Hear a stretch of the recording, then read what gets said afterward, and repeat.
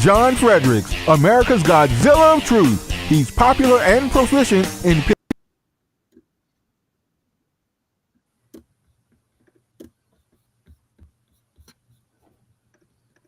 picking politics with prophetic precision. And now J. Fred's picking sports. Are y'all ready for this? All across the airwaves and streams of the John Fredericks Media Network, John, Jack, and Nate, three guys that are pretty wise when it comes to picking winners. Football, basketball, baseball, soccer, golf, UFC battles, you name it. When the game is on your mind and money's on the line, Godzilla Wins is your guide to picking winners. Before you make that play, hear what J. Fred has to say. Godzilla Wins on the John Fredericks Media Network. Oh yeah, for entertainment purposes only.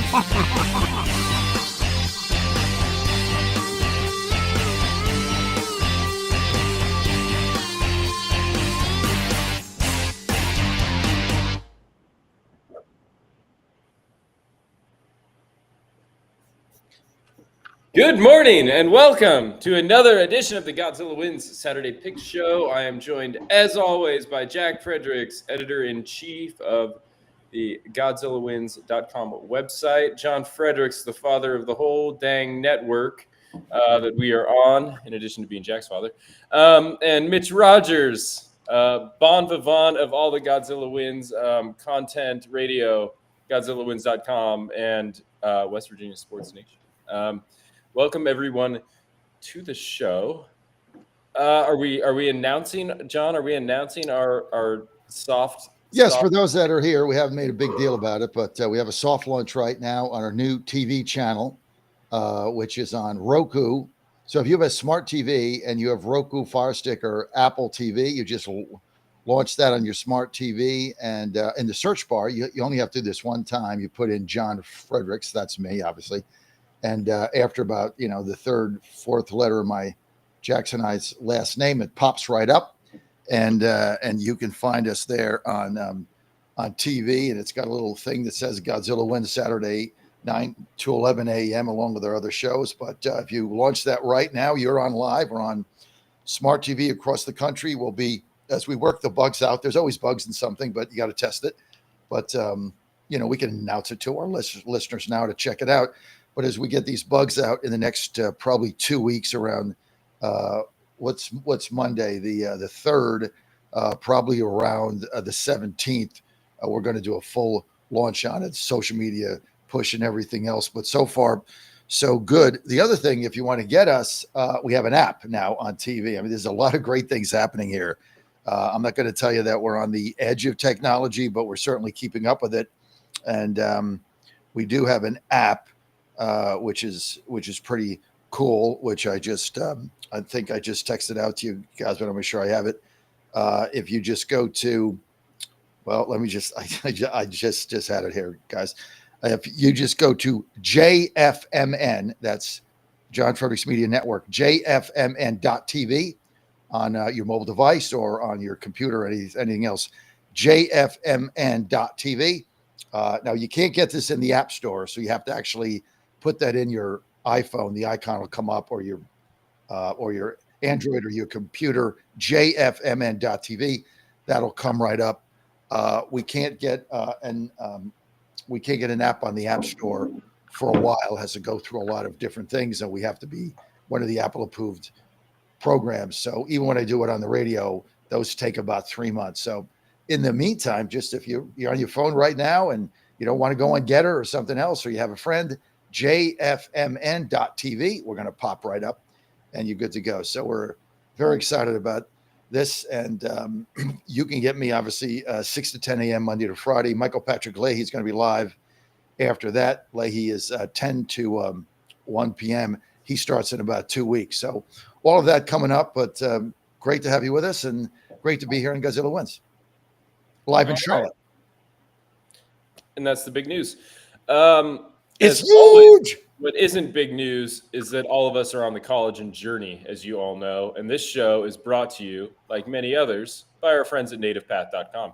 Our friends at Native Path are giving you a screaming deal on college, and you may notice all this glowing skin on your TV and on your streaming sites now. You may notice some hair growth. That's because we're all on our college and journey. When you get a little bit older, your body stops producing and retaining as much collagen as it probably needs to be able to support your hair, skin, nails, and joint health. What you can do is supplement it with Native Path Collagen. You go to getnativepath.com/Godzilla. Get started on your collagen journey. It's helped John. He's lost 40 pounds just by having a little bit more mobility in his joints. It's helping everybody with their skin and nails. My nails are growing like crazy.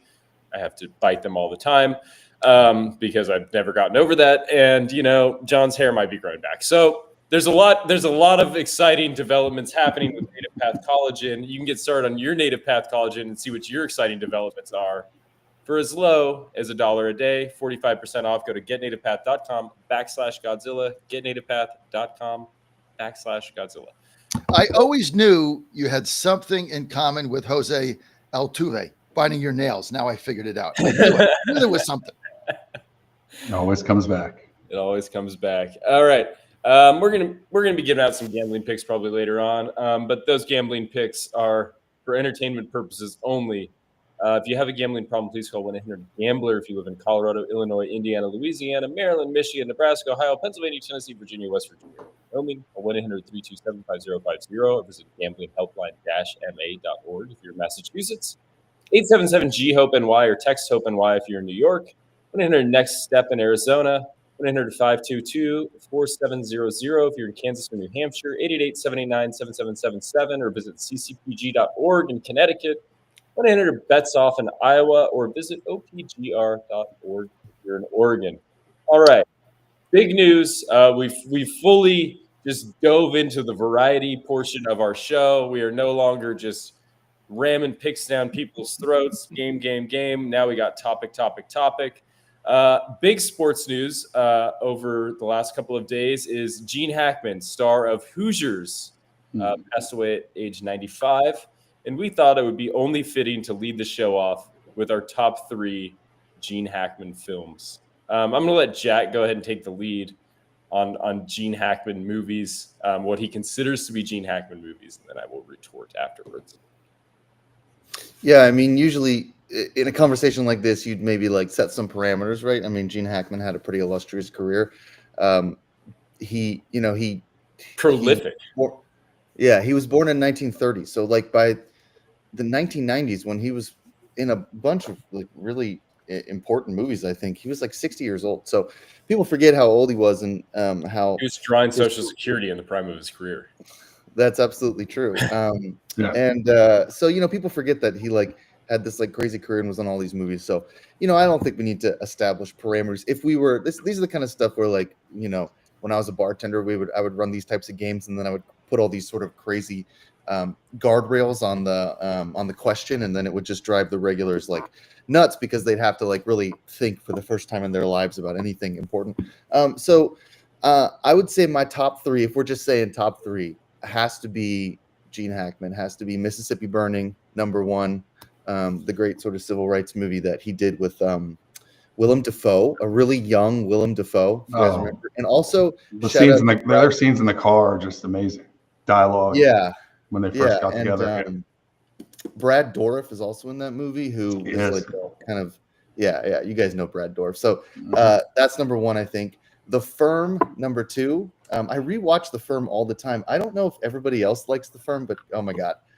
Tom Cruise, it's just so good. And also, fun fact about The Firm and Mississippi Burning is the guy, his name's Tobin something. He's an actor. He was the guy who was the main villain in Saw. Remember those Saw movies? Yes. He's in Mississippi Burning. He's an FBI agent. and then he's like a villain for the Chicago mob in The Firm. So, all this kind of like weird 1990s. Like, I love it. I was obsessed with all Tom Cruise movies back in the Thus day. far, you can take Jack out of the South, but you can't take the South out of him. No, I want to see. Yeah, I need to see this. That's the last one. Yeah, I guess that's true, right? Mississippi and then Memphis. Well, whatever. And then the third one, of course, is The Birdcage, which I don't know. I mean, it's not a Gene Hackman star, but Nathan Lane, Robin Williams. I mean, that movie's so incredible. Gene Hackman's really funny in it too. So, if we're talking top three, those got to be my top three Gene Hackman movies. It's weird, like with Hackman, and I could imagine when you're at the bar, if you do set up parameters. I mean, different generations, almost 3 different generations could have 3 different like levels of Gene Hackman love, right? From the French Connection era to the to the 80s and the 90s. But I think with him, there's so much out there. It's almost the emotional connection. I saw Hoosiers in the movie theater with my sister, Manassas Mall. And I just remember being blown away. But my first ever interaction with Gene Hackman was Superman, and that is the type of Gene Hackman that I love more. And he got more into comedy when he got older. I guess older means when he was 70. But he when he mixes in the humor and the smugness, the smirkness, that's what I love as well. I had The Firm written down too. The Replacements was the first DVD I ever purchased. So there's always going to hold a little place in my heart there. I forgot he was in The Replacements. Even though Unforgiven's not his movie, he's so freaking good in it. Yeah. And this is the thing with Unforgiven, because Nate and I were talking about, because I'm like, I don't consider Unforgiven like a Hackman movie. And Nate was like, no, this is absolutely a Gene Hackman movie. Well, it had one of the best, and it had one of the best lines in it, where at the end he was dying, and I guess it was Clint Eastwood, and he said, "Hey, I don't deserve this. I don't deserve this." And Eastman said, "Yes, you do," and he shot him. I mean, that was how that movie ended. Spoiler: I never seen it. Yeah, it was a classic line. I'm just kidding. I've seen it. Yeah. I don't deserve this. And he says, "Deserves got nothing to do with it." Yeah, that's right. Deserves got nothing to do with it. He shoots him. But for me, I span all the generations of the French of Gene Hackman. So I'm going to give you my top 4, starting with the movie my father took me to see when I was very young. I was very young, at 9 or 10. I was born in 58, so you'd have to see when the movie was made, 67, maybe I was 9. And of course, that was The French Connection, which launched his career into stardom. And what a great movie that was, riveting the entire time. So that's up there. My favorite, if you want to go favorite down, French Connection would be my second. My favorite was Enemy of the State with John Voight. I probably have seen that movie 7 times. I love that movie. I love Hackman in it. I love the cat, and then in this little thing he gets. Don't forget the cat when the thing is blowing up, and they run and get the cat, and then they're eating dinner, and he puts him in a little bowl there. But is that where they punted off the aircraft carrier at the beginning scene with like Luke Owen Wilson? No, that was when they actually they had shot. They were trying to get a bill passed, and the CIA assassinated. Oh, Will Smith. Oh, assassinated Okay. a Supreme Court justice, Will Smith. They assassinated him, and somebody had a little box that they were filming the ducks on the pond or something. So that was on film. The guy was shot in the neck. In college, when Will Smith is on the phone with his wife and he's like, "I think they're all following me," and they just pan over to Gene Hackman and he goes, "F you." Yeah, he's under his breath from like 100 yards away. We used to do that a lot in college. So I put that number 2, and of course you guys mentioned Hoosiers. That's just, I mean, you can't watch that movie without just loving it. But my third favorite that kind of got under the radar screen, Bonnie and Clyde. I mean, he was in Bonnie and Clyde. That was the best Bonnie and Clyde movie ever made. He was so great in there. And so, spanning all those generations, and of course, seeing him in Superman was fun, where he was Luke Luxor. But it's interesting. You get that. If you asked me like a week ago, "Hey, John, who's your favorite actor?" I mean, it would have rolled off my tongue. Gene Hackman, no question about it. And you look at, the French Connection, made in 1967. I don't know when his final film was made, but not that long ago. And of course, The Firm you guys mentioned, just a great actor, great guy. And don't really know the circumstances of his death, but may his soul rest in peace. Yeah, I mean, my top three has got to be, I think French Connection's number 3, the car chase scene. I mean, that's there. And then it's just my favorite movies. Like, I think that Royal Tenenbaums is one of the funniest movies ever Yeah, made. Yeah. He is the patriarch of the family, Royal Tenenbaum, and he is hilarious in that. It's like, you know, a total turn for him as sort of, you know, a typically serious actor, you know, in early parts of his career to sort of transitioning into more comedic roles. And then I'm a big Western guy, and for my money, the greatest Western ever made is Unforgiven. And it maybe not a Gene Hackman movie, but I find it difficult to sort of believe that it would have been a better movie with anybody else but Gene Hackman as Sheriff Little Bill Daggett. I mean, he's in every important scene. He's like, you know, the movie sort of revolves around him. It's about Clint Eastwood and Morgan Freeman's characters, you know, primarily in the Schofield Kid and all of that, but really Little Bill is sort of what ties it all together. So Unforgiven is my top. Remember the scene in it where he was building his own house? Yeah. And then it He's got all the buckets for all the leaks because he keeps putting the roof on. Can't figure out how to put the roof on. I mean, it was like, yeah, it was so real. And he's like shaking his head like, you know, I'm not going to be able to get this done. It's raining, all the leaks are coming in. I mean, it was such a great movie. And getting those actors together. That's why I liked Enemy of the State, because, you know, he had Will Smith, you had John Voight. I mean, these are just historic figures in acting, and to get them all in the same scene. That's why my favorite movie ever made in the history of movies is Heat, with Robert De Niro and Al Pacino in that scene they had at the diner. But you get, and John Voight was in that also. You get the great actors together, Midnight Cowboy with Dustin Hoffman. You get those great actors together in a great film, and the art form lives on forever. That scene at the diner in Heat, I have clipped that and played it probably 150 times. It's one of the best dialogues ever. Midnight Cowboy is a wild one. Wild. That's a blast from the past. Yeah, if you haven't seen that. I will say one thing, Nate, just because it's sports related, and then we'll move on to Stafford. But like, so I watched Hoosiers for the first time. I'd never seen it. So on Thursday, I don't know. On Thursday, I had a couple drinks. Nothing serious, you know. 4 drinks in an hour. That's nothing. If you know what you're doing. You know, I mean, look, Gene Hackman died. Like I was, you know, tributing him. So anyway, so I was like, let me watch Hoosiers. And I mean, it's not my favorite. Like I think the sports movie genre has evolved. The pacing of that movie is like really weird.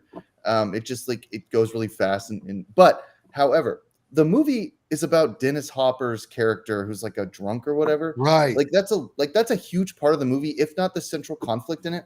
And you forget how good Dennis Hopper was or is, you know. And like you never see him in much. And then whenever he pops up, I'm like, oh my God, Dennis Hopper's like such a good actor. So, you know, shout out to Dennis Hopper. Hoosiers just wasn't, I don't know. I think the sports genre has kind of, you know, but remember the scene. I don't like at the end of the segment. You're like, Hoosier sucks. Let's move on. No, I just want to just go into I just want to spend the entire show on this now. We can talk about this. I didn't really like it. No, come on. 40 years later, that's not fair. I mean, how about the scene where he tells Hopper's the assistant coach, and he tells the referee, says, "Look, throw me out. Just throw me out of the game." He's like, it's awesome. Just throw me out." And then he makes Hopper the coach. I mean, this scene's in there. Now, the greatest scene in that movie was when they went to in the Indianapolis arena where they made the state finals. Mm-hmm. And he gets there, and it's the arena where the Pacers play. It's like a huge deal. And he puts out a ladder and a tape measure, and he says, "Ali, get up there and let's get up there." No ladder, man. There was no ladder. Yeah. He got on his shoulders. He got on his shoulders. Yeah, got on his shoulders. 10 feet anywhere, John. 10 feet. I know we got to move on, but look, we all love Gene Hackman movies. Dude, my leagues wouldn't have run picket fence offenses if it wasn't for Hoosiers. Come on. Man. That's right. Yeah. There's a big crossover between sports radio and movies, right? That's like a whole thing. So we could do probably an hour on Gene Hackman films, but Nate, we'll let you move on. All sports movies. You can just in the replacements I hadn't even thought about. All right, so moving on to some more traditional sports topics. It appears as though, I mean, and I don't really know. I mean, this is like an ESPN, ESPN's trying to create content. I read a lot of ESPN articles, as many people do who are in the sports industry. And for whatever reason, ESPN seems like all of the columnists for ESPN seem to be under the impression that the Rams just don't want to have a team in LA anymore. And everybody is on the table. Cooper Kupp's on the table. They have some offensive linemen on the draft up for being traded potentially. And Matt Stafford is exploring trade opportunities himself. I don't know what they're planning to. I mean, they just made the playoffs, and now it seems like they're just totally just selling off the team for parts in order to sort of kick this rebuild into gear with Cooper Kupp, Jackson, one of the guards. He appears to be potential trade target, and then Stafford is the sort of most important one and the most meaningful one. He's actually on like a fairly decent deal for teams that maybe want to acquire him. And I guess, the question is so Matt Stafford doesn't seem to be that diminished by age. I mean, he was never the most mobile guy in the world. He's not that mobile now. That's fine. He had like an absolute howitzer attached to his right shoulder for most of his career. Even if that declines in strength a little bit, it's still pretty good.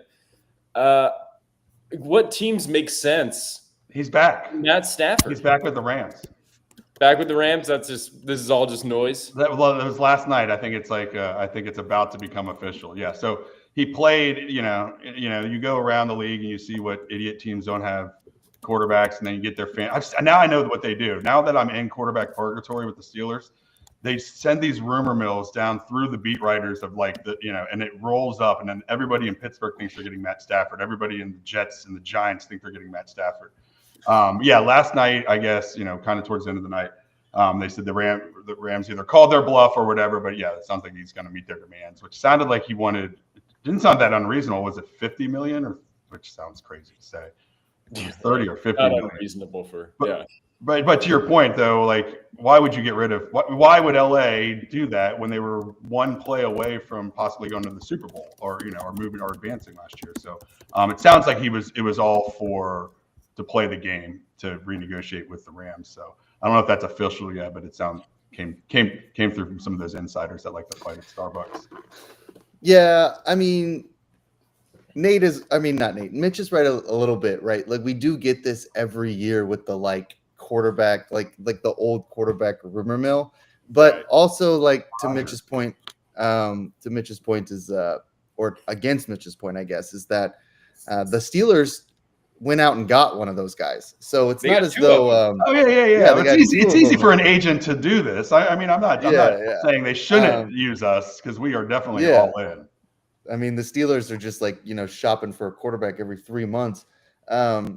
I would say okay, so he's going to return to the Rams, but it is kind of like what there are teams that were sort of connected to this, and Dad will love this, the Titans, where that's insane. Like, the idea that the Tennessee Titans are going to trade off their number one pick for Matthew Stafford in a win now mentality, where the Titans suck, they can't win in 3 years, let alone now. Maybe you build through the draft in a couple of years and you have a good team. They're in a bad division in the AFC South, but so it's just they're in support of Mitch's point, there is a part of this that's just kind of it's so ridiculous, tying this to all these teams that are going to give up their third overall pick to the Rams for a quarterback who if your team is a quarterback away from an AFC championship, then you go out and get Stafford, just like the Rams did a couple years ago. You can go out and get one of these guys, but there's not a lot of teams really like that. I mean, the Jets thought they were like that, and they went out and got Rodgers, and it's been a disaster. So I don't know. There's just not a lot of teams I can see, the Falcons, right, with Cousins. They felt like maybe that was the right move. That didn't work out. And the other thing is teams like the Rams don't give away their quarterback unless they know that they're done. So if they did trade him, my thing would be okay, they know something we don't know, because the Rams are, you can hate the Rams for all sorts of reasons, but they are a smart organization. They make like good decisions with personnel. They're not giving up their franchise quarterback if he still has 2 years left in him.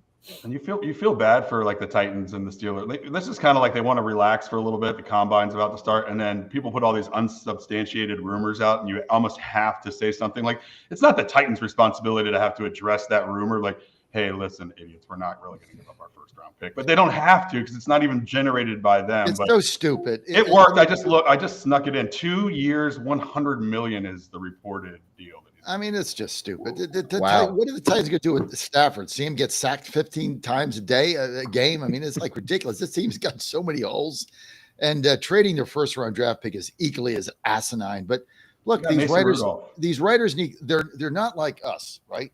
We have content that just generates because we know everything that's going on. We don't need to manufacture clickbait for content because we have nothing else to write about or say, right? We could do the show for 5 hours and not run out of stuff to do because we're all so knowledgeable. But a lot of these guys, they have nothing to write about. They all need clickbait. I've been over this on my show 100 times. We're in a clickbait world. That's why shows like ours, at the end of the day, we're gonna capture the world because we don't do that. And it's becoming more and more rare. But that's all clickbait stuff. I mean, if you're in any management capacity of the Tennessee Titans right now, why on earth are you going to pay $100 million for Matthew Stafford to do what? Get sacked? I mean, it's insane. We got so many holes. Also just while I'm on the rant, giving up your first round draft pick is equally as stupid. You get a first round pick, take advantage of it. Take that defensive end down there. What's his name? That is a difference maker for a decade. You got to build your team up, right? Forget the quarterback. You're not going to win anyway. Get the defensive lineman. Build your team. And Matthew Stafford, as in the famous words of Nate Perry, they're going to do Ram stuff. You're going to get Cam Ward. You're getting Cam Ward. I know it. Who? Titans. I mean, maybe. I mean, this whole thing pleased me because the teams that were lining up to, like, in ESPN's fantasy world to trade for Stafford was just like hilarious to me. Like, I saw proposed trades. What was the fun one I saw? It was going to the Raiders, and the Raiders would get Stafford, a 2025 6th rounder, and a 2026 6th rounder, and the Rams would get a 2025 3rd round pick, 2nd round pick next year, and a 4th round pick next year. That was hilarious. Like, and it didn't seem like that steep, like a 3rd round pick and like a 2nd and 4th next year, like whatever. Like, if you're ready to win now, like you're fine. But like, why the Raiders being connected to this, even in fantasy world, was like kind of hilarious to me. Just because, like, what are you gonna do? Just roll Stafford out there with Brock Bowers and just see what happens? And it must have been. He must have been asking for a figure. They said no, we'll give you 35. You want 50, and then he has to go and play this game. But he didn't have any leverage, really. I mean, they know what he's already been restructuring like a lot, like lately, anyways. And he's going for legacy. He's going for a Super Bowl resume. He wants to win another championship, or at least go to the playoffs and do what he did last year to bolster his chances. Going to the Steelers, the Giants, or the Raiders, that's not going to do any of that. Titans, So it was all bluster, unless there was some, like you all said, like the Vikings or somebody that was like a quarterback away. Then maybe, but he wasn't going anywhere the whole time. He just wanted $10 million more per year. I mean, I'll take it. I would take $10 million more per year. I mean, he played it. He did it right. He did it right. The trade rumor stuff is like ridiculous because, like I was looking. I was like, okay, well, like, what are some other trade rumors? Like who's on the block? And it's like, okay, so Kenny Pickett, he's on the trade block. Wow. Oh my God, no, not Kenny Pickett. And then it's just like Myles Garrett, like Kyle Pitts, DK Metcalf. It's like, oh, okay, so like all the NFL's biggest stars are on the like we're just trading everybody. Like, what is this? So, I mean, it's February and it shows, I think, on ESPN a little bit. And it shows on our show too. Myles Garrett is interesting. That is the best line. That's the best line of the day. Al Green, you should tweet that out for ESPN. This is the best line. It's February and it shows. They have absolutely nothing to talk about. So they got to make up stuff. I mean, it's true, yeah. And we didn't even cover like Deebo Samuel might get traded. Cooper Cup. I mean, everybody's on the table as far as the sports media is concerned. If I was Yeah, that's right. If I Teams were are to just like rebuilding. It's like fantasy football, just in real time. Just like, hey, I mean, What do they were competitive. They were competitive in that divisional championship game. They were highly competitive. Yeah. They could have won that game. Jack picked them to. I thought they were win. going to win the Super Bowl. Yeah, I mean they were. So why had a would you? Why would tattoo you on have the a swell of his like, back. And it's not like everybody's hit their age limit there. So why would you have a fire sale? It just makes no sense. yeah, and the NFC West isn't like insurmountable. Like we saw how sort of susceptible the Niners can be to injuries and just sort of wonky play from their players. And Seattle didn't have a great season, and Arizona's still figuring their stuff out. I mean, it's like, I mean, you're still in it if you're the Rams. I mean, you look around the rest of your division, you're like, I don't know, this feels winnable. Well, I think. Now the clickbaiters just move on to the Aaron Rodgers watch. Right. Yeah. It's easy to move on to. Yeah. The Ides of Rodgers. I do like. I know we got to move on, but I do like Rodgers to Tennessee. You know why not? Like I agree 100%. when you need a who better to mentor a young quarterback in a struggling team than Mr. Optimism, Mr. Give Back to the Community, Aaron Rodgers. Why don't we just bring in Aaron Rodgers as a ayahuasca, kind of a team first guy like Aaron Rodgers. He's not really worried about himself. Stability. We need some stability. Why is Rodgers in the sauna with all 5 linemen every day for 2 hours a day?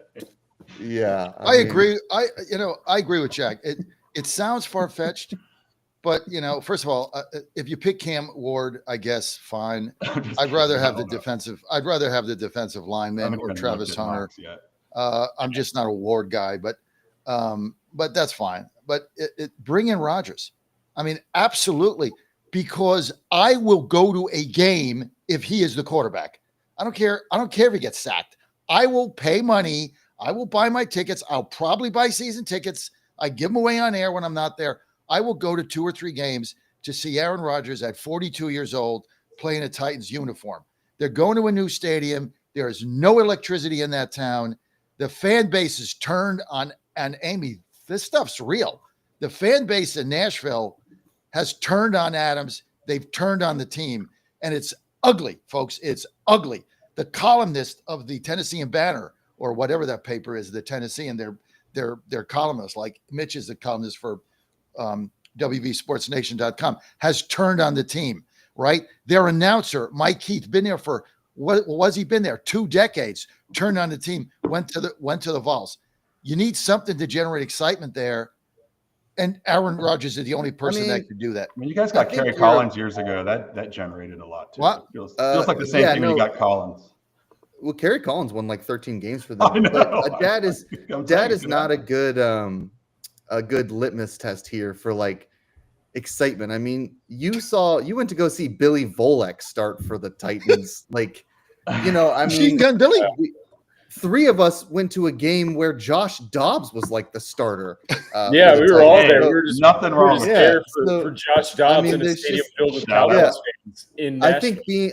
I think being like Amy Adams Strunk, personal message, you can bring me back into a seat in the stadium in Nashville if you sign Aaron Rodgers is like ridiculous. Like they could sign anybody, and you would be like, oh, this is awesome. Like go Titans. So I don't think you're a great litmus test for like excitement. Kenny Pickett steps on the field for the Tennessee Titans, and John's suddenly like, I don't know, Kenny Pickett, like he's still young. Like, leadership, he is young. Leadership on the Riz. I'll take Kenny Pickett. I'll take Kenny Super Pickett. Bowl No, champion. no, you won't. Don't take Kenny. But you have a better Steelers quarterback on your roster already. Former Steelers backup. You've already got a better. He's too boring. We need somebody with some flash. So we'll see what happens.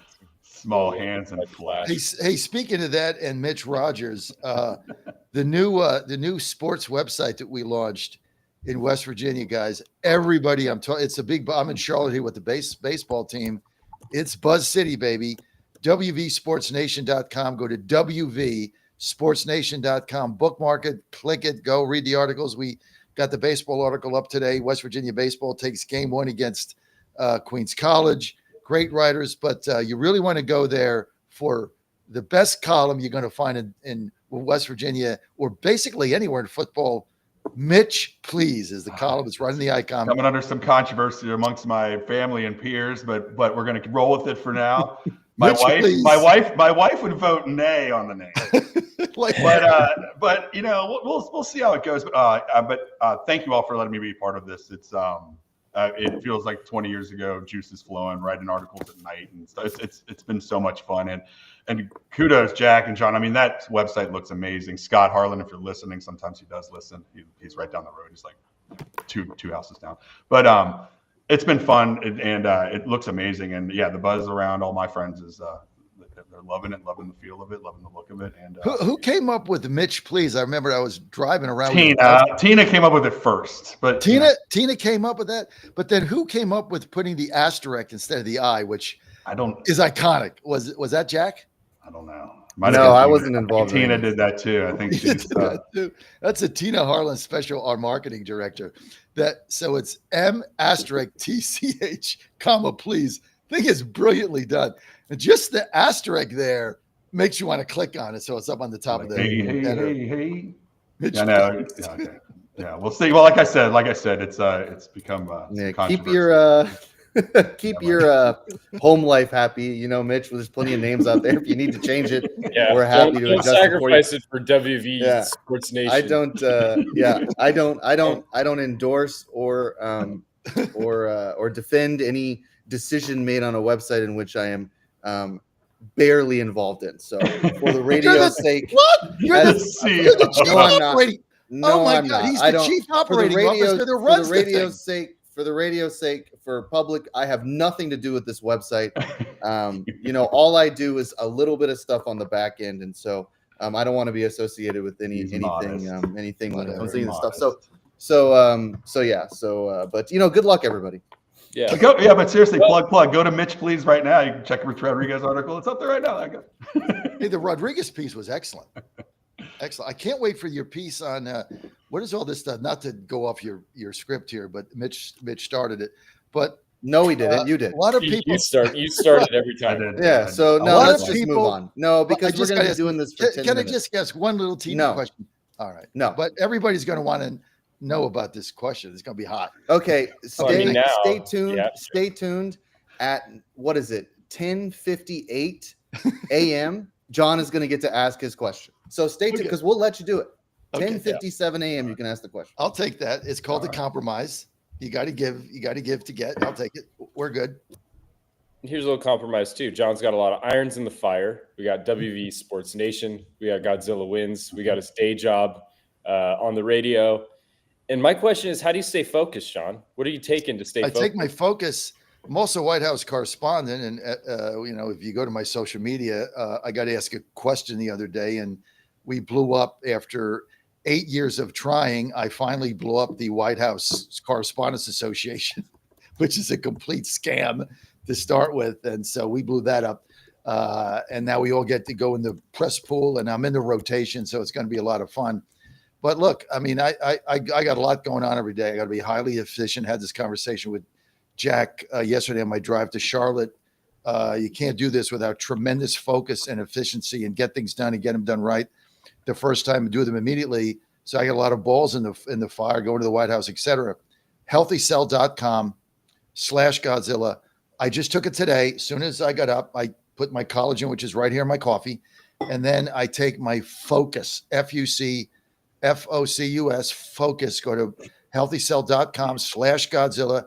Get your focus, and it will sharpen your mind. You know who turned me on to this? Like, I didn't take that. I took the bio, the vitamin and REM sleep. The chairman, now the secretary of the Veterans Administration, former congressman, ran for Senate, Doug Collins, who had a show on our network for 12 months. Doug Collins turned me on to it, and he said, "Hey, I started taking this thing, and I could see a difference in my sharpness and my focus. So you need to try this out." And I did, and now I take it every day. It's really going to make a difference to you. Just go to HealthyCell.com/Godzilla. Get your focus. Take it once a day. Gel pack, tear it off, down it, and then you're good to go. Promo code Godzilla. You're going to get 20% off. Check it out. It took me a couple 3 weeks, and you don't really sense the difference, but you can see the difference if that's making sense. You just don't get up one day and say, "Well, I'm focused." Like when you take their other stuff, or you go to sleep with REM sleep, but over a couple of weeks, you're going to be sharper, you're going to be more efficient, and you're going to be in the top of your game. So get your focus now. FOCUS. Focus. It was like the mayor of Philadelphia when she misspelled the Eagles' name right before the Super Bowl. All right. Speaking of the Eagles, shout out to Peter Krabel, who's, he doesn't really, he won't be on the show much outside of football. So when we go back to the NFL, if we have a segment, we'll bring him on or something. But we need some clicks. Go to his TikTok page, Pete Takes, and he interviewed like someone from the Eagles, some defensive player, I can't remember who, sat down with Peter, and they had like a whole interview, and I'm seeing all the clips online now. So he's like in the Eagles like media now, which is kind of hilarious. I love that, Peter. Credit to Peter. All right, more NFL talk. Another offseason, another debate about rules changes. The NFL, as always, is sitting around the offices in New York, and they're thinking, how can we screw this game up even more? And how can we make it even more random and crazy than it already is? And they thought, OT. We got to change the OT rules. It's too much in favor of the team that receives the coin flip, which is the most random thing that can happen in sports. The receiving teams in overtime won 56.8% of games in overtime from 2017 to 2024. Under the current sort of OT rules, that's up from 55.4% from 01 to 11.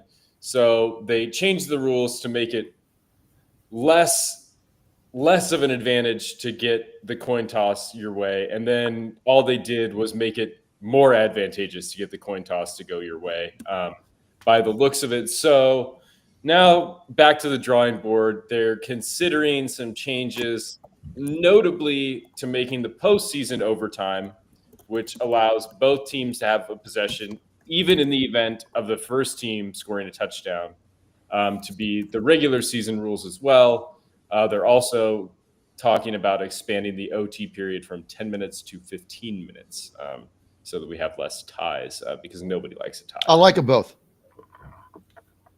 I mean, my thing is, like, if you're going to have rules for the season, like, they don't change in the postseason. Like, that's exactly ridiculous. It's stupid. I mean, I agree though with both of these things. I like the 15-minute rule. I think 10 is just, I mean, let's play a quarter. I mean, that's, I don't like the 10-minute thing. I never did. Let's play a quarter. Let's get rid of these ties. And I also like, if the other team scores a touchdown, no matter what, you get the ball. You get the ball, and then you got to go out and stop them. And so let's go from there. I don't like this idea. Somebody gets an interception, return a pick six, the game's over. Or if they just, then the other team would have had the ball. So forget that. But if you just go down and get a touchdown, the offense never gets on the field. I don't think that's fair because of the 58% you said. So although I don't like the majority of what the NFL does, I do like that. I think they should play a quarter. Like, I think they should just play a legit quarter and just football. Like, no rules. You know what I mean? Just like you play another quarter. And, if you tie at the end of that quarter, then you can tie, like they do it. And then in this postseason, you just play a sixth quarter. I understand that football is a violent game, and this is you'll never get in the NFL. You'll never get to 2 overtimes if you did it this way. Not like in basketball where all of a sudden you're playing like 3 overtimes because they keep tying. Like, it's not going to happen.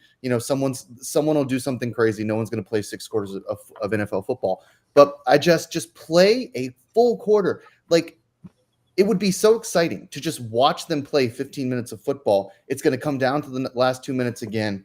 I loved, because I was a kid, like the sudden death stuff I loved. I mean, I understand getting rid of it because it unfairly sort of, what's the word I'm looking for? Advantages the team that wins the coin toss. But you see it here. It does the same thing. And we don't have enough of a sample size to know if the rules in the postseason also unfairly advantage the home team. So like we could come out in 2 years and be like, oh my God, it's still 56% of unfairly advantaging the team that wins the coin toss, not the home team. We just don't have the sample size, so we don't know. So to me, it's just like, get rid of this stuff. Like, let them play a quarter. Oh my God, that'd be so much fun. Like, I'm just sitting around watching like 10 quarter minutes, and it's just like in 10 Yeah, or minutes. 10 even if like it's just 10 minutes, like you just get Well, like in college basketball where they play like an extra 5. You know what I mean? Like Right. 7.5 minutes. Toss it up there. You know what I mean? That'd be don't fun. get the feeling that this rule was only so Josh Allen could beat Mahomes, because that's where the new overtime rule started, right? In 2022, Josh Allen didn't get a chance to touch the football, and everybody cried and whined like little babies. I don't know. I'm a field guy. I'm not an analytics guy, but you just read some stats off to me. If it ain't broke, don't fix it. Why did we ever move? Defense is part of the game, and I've always said this. Defense is part of the game. Go back to the original overtime rule. Well, I don't care if you don't get the ball, then get the ball back. It's 51%. The stats and the analytics are more in favor of going back to the original way. Boo hoo! It's unfair. Play some defense. Well, no, it's 54%. It was like 54% if in the old way, and now the new way's worse. The new way's worse. Yeah. So we're trying to get closer to 50, so that we were closer to 50 at the original way. Right, but I think we can get even closer with a new rule. I mean, my whole thing is this. Like, so we give him just 10 minutes of just game time, and just at the end of 10 minutes, do a 2-minute warning or whatever, or 15, whatever it is. Just some X amount of time.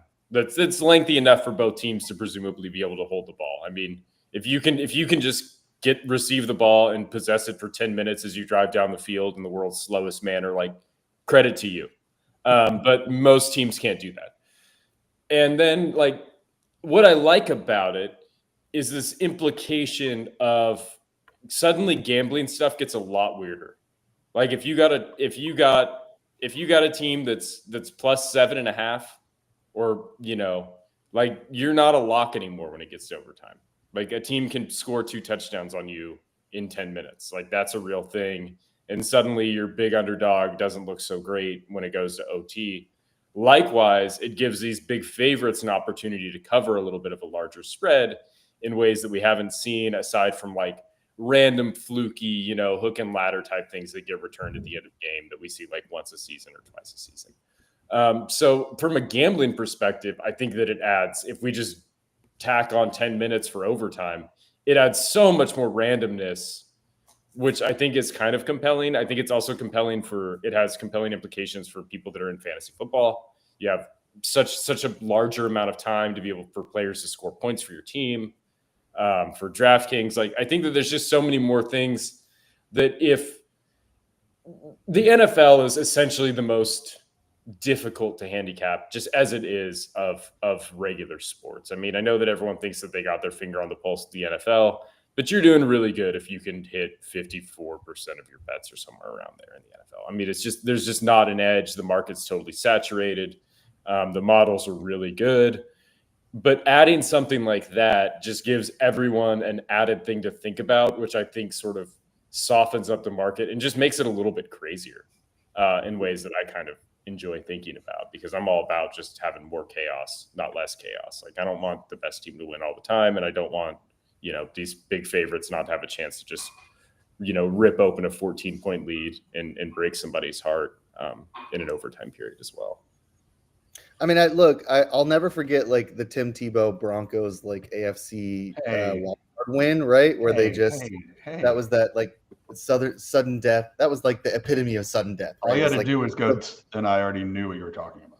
Yeah, I mean, the Broncos stumble into the playoffs. They, stumble into overtime, and then Tebow throws like an 80-yard pass, and they win and get to the next round and get. Who was the receiver? He's passed away. I can't remember. Sorry. It'll come to you though. But yeah, that's right. So I mean, that's the epitome of like sudden death, and like there's an excitement to it, and I think that that's what the NFL is trying to make sure that they contain, is like the excitement of the sudden death with the fairness of rules that don't unfairly advantage a team that wins a random coin toss. And player safety. They don't want that as well. Yeah, absolutely. I mean, yeah, and like, I mean, I kind of in my argument make a little bit light of that. I mean, that is important. This is a violent game. It's not basketball. It's not baseball. Like, it does need to have a stopping point. These players' bodies, they break down in the middle of the game or whatever. This may be something where maybe you consider the players' sort of perspective from the union. A lot of times that kind of stuff comes into play with overtime. The collective bargaining starts to occur. But I mean, I think for the time being, like, just kind of adjusting this to make it. And I think there's like an argument. So you change the OT and you drop that stupid extra game they added to the schedule. Yeah, well, they're never going to do that. There you go. Right. Yeah, and I mean, we're always going to get that second game, and you just make Kenny Pickett the all-time quarterback for every team for overtime. You could do all sorts of stuff. Yeah, have Andy Reid come out on the 20-yard line and kick a field goal, and if he makes it, the Chiefs win. Right. If he misses it, the Eagles win. You know what I mean? With the Kool-Aid outfit on. Yeah, do whatever you want. But Dana White can set up an octagon at midfield. Yeah, that's right. It's like, all right, you send your best and we'll send our best. They get 5 minutes. Yeah. How about, hey, the game's called football. Why not a field goal kickoff in overtime? That's what I'm saying. Like a shootout. Yeah. Like a hockey shootout. For the brand, baby. I mean, it's not a bad, it's actually not a bad idea. You keep moving it. It's an awful idea. You keep moving it back. I mean, the hockey shootout. Field goal. Remember when NHL first did the hockey shootout, and everybody went nuts over it. It was not real hockey, and and I tell you what, like, overtime is a 3-on-3 game for 5 minutes, and then if you don't win, you go to the shootout. I mean, that's good. I like it's that. It's revitalized hockey instead of those stupid ties we used to have. Like a quarter of the games end in ties. Now you get to shootout, and if you've ever been to a game live and it's a shootout, that is an exciting. Like 2-3 minutes. So you're saying they just take the pads off for overtime in the NFL in this model, and they just play 7-on-7 flag football? That's not what I said. With the backups. I'm just going over to hockey. To be fair, what's the most exciting, like, sudden death overtime situation in sports? Like, what's the one that comes to mind that's the most exciting that we all like go nuts over? Football sudden death when whoever. No. Come on. You guys know it. Soccer, right? It's soccer. It's the penalty kicks. So yeah, penalty kicks for football. Give me the field goal kicker out there. Nobody else on the field. Field goal kicker. Just go out there and just keep cranking them back until somebody misses. Well, no. The regular all the starters have to all kick a field goal. Just like it's not. Yeah, there you go. Pat Mahomes has to kick a field goal. Yeah. All right. Dude, we figured it out. Yeah, we got it done. We did. We got a lot of good ideas for the NFL as they seem content to keep. Yeah, Roger Goodell, call me. Yeah, you know where to find us. From his private Learjet, he will give you a call. Yeah, that's fine. We got a lot of ideas for the NFL, but one thing that doesn't need any ideas of ours because they already have a lot of good ideas on their own is Rosie's Gaming. John's already given. Oh, we got Colonial Downs coming up, guys. I am so excited. So I got the best birthday present coming up on March 12th. I'm going to be 67. Guess who's coming to visit me in Washington for my birthday? Jack Fredericks, right here, coming all the way to DC to see his dad. Such a good son. So I get to celebrate that with him in DC in our new place there. So thanks for coming and visiting your father, Jack, on his 67th birthday. That's very sweet of you. You're such a good son. And then right after that, Mom and I going to Colonial Downs. We got a suite there on Friday. I think I got a couple more openings, but I got a couple emails, so I'll send that out. So I can't give any more away. We'll have food and drink. And then Saturday is the big race at Colonial Downs. We do not have a suite there, but you got to get your tickets right now. Saturday is a Virginia Derby. That's going to be Saturday, March 15th. The winner of that automatic bid to the Kentucky Derby. Colonial Downs has never done this. They got a 3-day spring meet, March 13th, 14th, and 15th. Post time, 12:45 p.m. All 3 days. We're going to be there Friday and Saturday. You got to check it out. Now, I got a couple tickets remaining for $5 in the grandstand. This thing is going to, if you wait, this thing is sold out. And then the tickets, the 5,000 are gone. They go up to $25. I got them for $5. Go to Ticketmaster.com, put Colonial Downs in.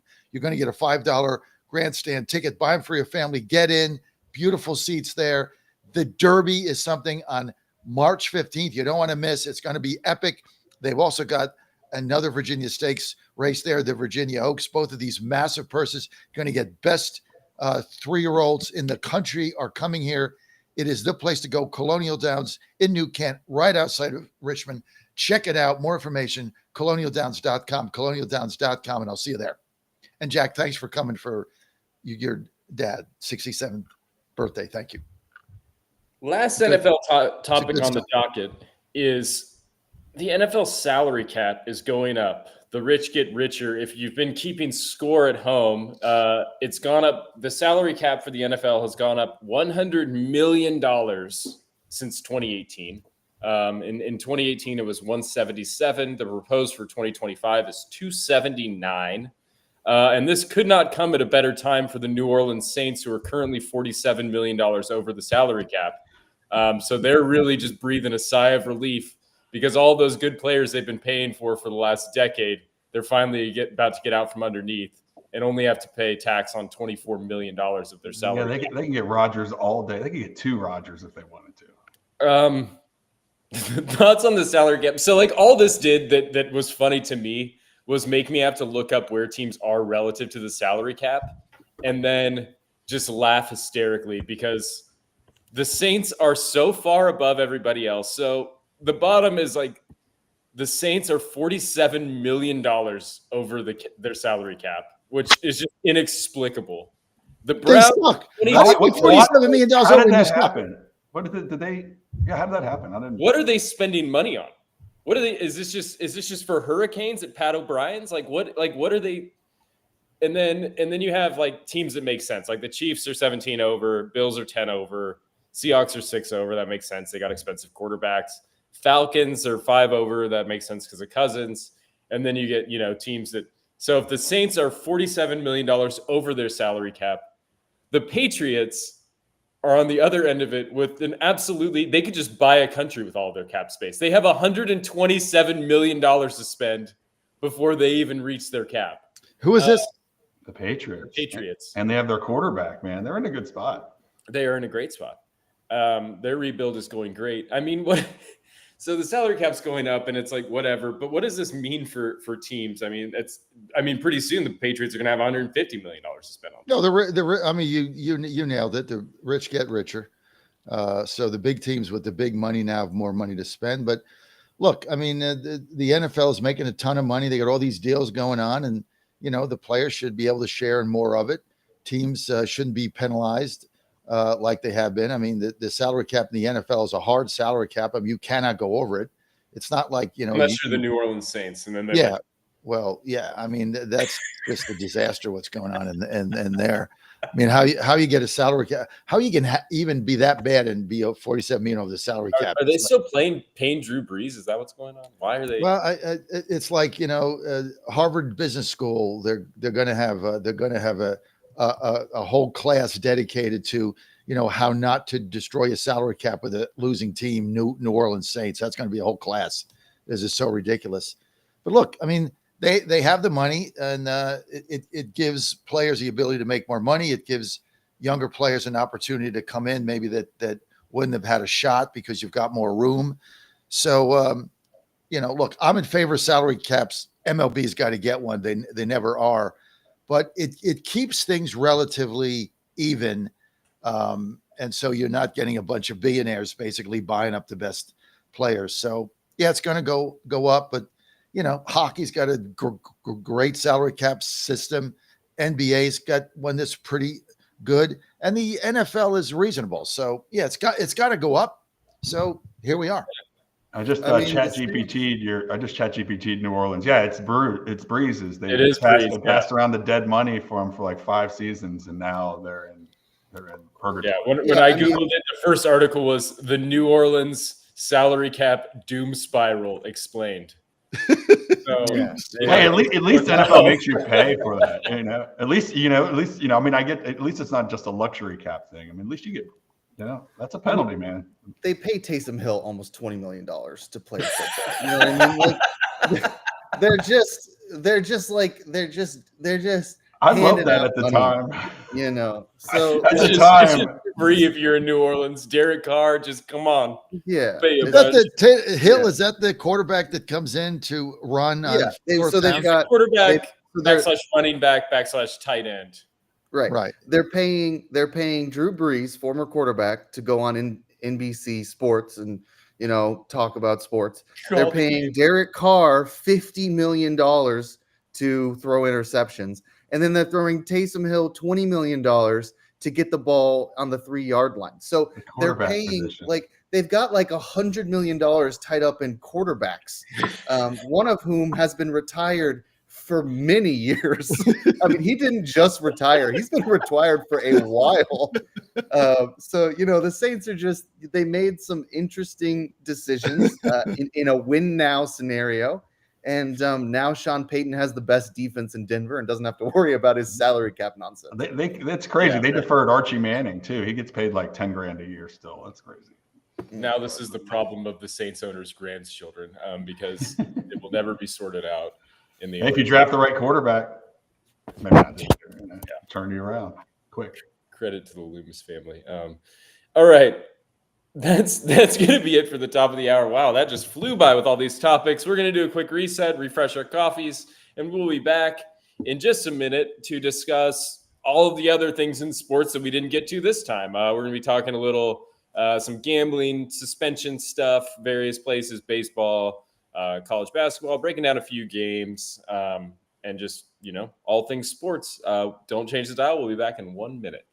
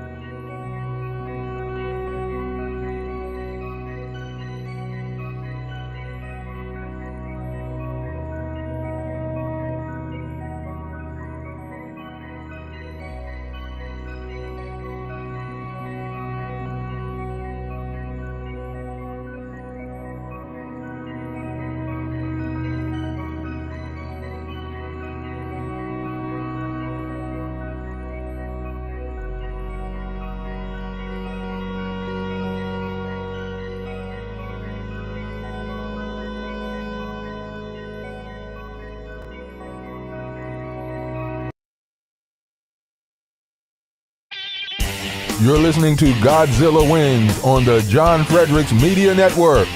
For a deeper dive without the jive, visit the website of winners, GodzillaWins.com. Let's get back to the show with the guys in the know, John, Jack, and Nate. It's Godzilla Wins on the John Fredericks Media Network.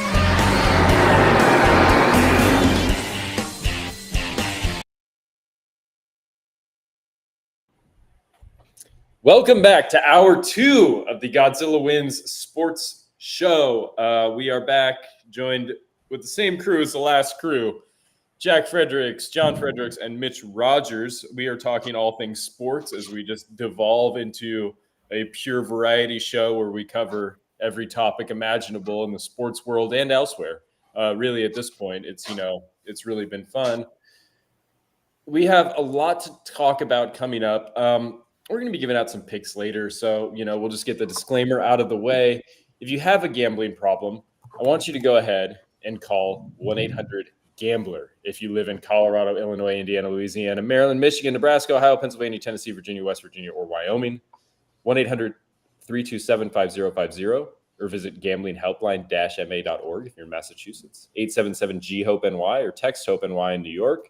Call 1-800-NEXT-STEP in Arizona, 1-800-522-4700 in Kansas or New Hampshire, 888-789-7777, or visit ccpg.org if you're in Connecticut. Your bets off in Iowa, or go to opgr.org if you are in Oregon. As always, this show is brought to you by the people that got us on our college and journey, Native Path. You go to getnativepath.com/Godzilla to get started on your college and journey. As you get a little bit older, which all of us are, it is inevitable. Your body stops producing and retaining as much collagen as it needs for healthy hair, joint, skin, and nail health. What you can do is supplement that, and our friends at Native Path can help you do that for as low as 45% off.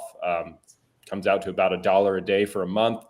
If you want to get on your collagen journey, mix it in your OJ, mix it in your water, mix it in your coffee, however you want to do it. Go to getnativepath.com/Godzilla. Use that promo code. It'll get you 45% off. John's lost 40 pounds just from added mobility for his joint health.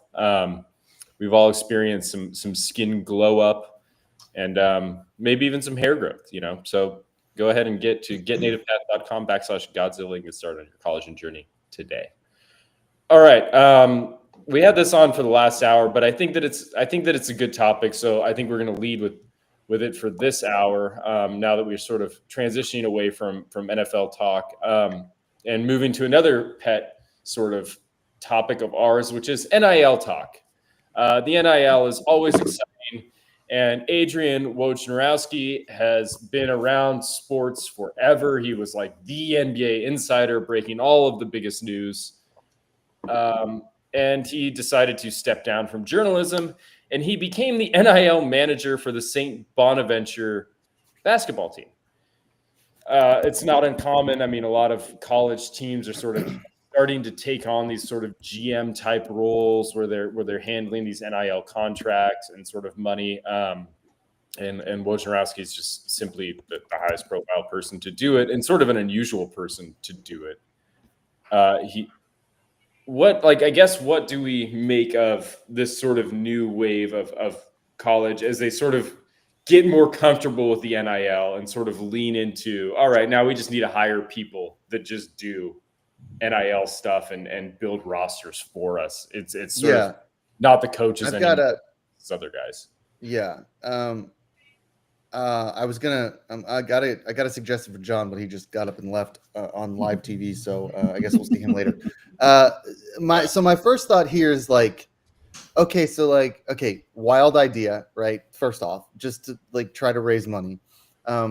Usually you just ask people for money. So it's kind of the NIL money raising must not be going well for St. Bonaventure if they can't convince alumni to just give them money. That's usually just what you do. So there's that. The other thing is if you read what he's auctioning off, some of it's kind of cool, but then some of it's like the phone that he used to break the COVID-19 news. What? I don't. Yeah, that's Did I just check that on eBay? I might win that one. Calm down. I've got $7.80 on it. Yeah, what do you do with his credentials for the draft when Wemby was number one is $200 right now. Those press credits. I mean, the credentials thing is fine. You know what I mean? That's kind of cool. Whatever, your press creds. But an iPhone, a that you can't access. It's not like it has the texts on it still. I mean, it's just an iPhone. Yeah, I mean, then I would completely I mean, that would be crazy. Keep all your personal data on the phone, just auction it off. Then you probably get millions of. Just keep his just sell your contacts list, Woj. Yeah, right. I just buy that for a few $100,000. The phone thing is I can get into some sports memorabilia, but I can't imagine inviting someone over to my house and being take a look at this. This is an iPhone that I can't charge, where Woj typed out the LeBron James trade. I paid $600 for it. I just don't. That doesn't make any sense. Now, if you were a crazy memorabilia collector, you could see having a part on your wall that just says Woj bombs and just having a bunch of this. It's a bunch it's a bunch of the iPhones. Yeah, I guess. The COVID mask that he had on when he broke that story. You just have it. Dad, I think you should become the general manager for the Fairleigh Dickinson NIL. Go back to your alumni and sell off your iPhones where and whatever your college his abacus. Yeah, what did he? Yeah. Whatever your sat phones, you can sell off your sat phones and stuff. I could raise a lot of money. I could raise a lot of money for microfiche for the Knights basketball team. There's no question about it. And absolutely. You got to get this NIL money. I mean, we see it every day. It's just this is a very, very interesting time we're going in there. There's going to be a judge ruling in a couple of weeks. I don't really know what that's going to do, but I just want everybody to understand this scenario right now that's going on. When you combine the NIL with the portal, it's like everybody's a free agent at the end of every season. And there's a bunch of money out there. And so everybody at the end of every season, they have to evaluate whether or not I come back with this team. And if I go in the portal, am I going to get more money and am I going to get the things that I want? Coaches say, let me just put it this way. Coaches' authority is now between portals. I just want you guys to think about this. The coach's power over the player is from portal A to portal B. That's it. As soon as that portal closes, they're good. As soon as it opens, they have no more power. Everybody's a free agent. It's perpetual free agency. And as kids are playing and this money is becoming more and more available, look, I'm seeing it here in West Virginia. Our NIL fund, Country Roads, we have got to raise money to compete. Rich Rodriguez, the football coach here that came back, I mean, he's got, get this, guys. Mitch's column had it. 1 returning player on defense, 2 on offense. This is a power 4 team. Nobody came back.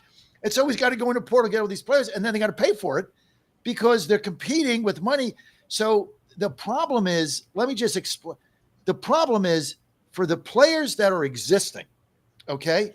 Portal opens, team goes out, they're recruiting off the portal. They got to give money and they got to do what? Make promises. I'm going to play you at cornerback. I'm going to give you a side. They got to make all these promises. You're a returning player. Get what promises that you get made. Squat. You get nothing.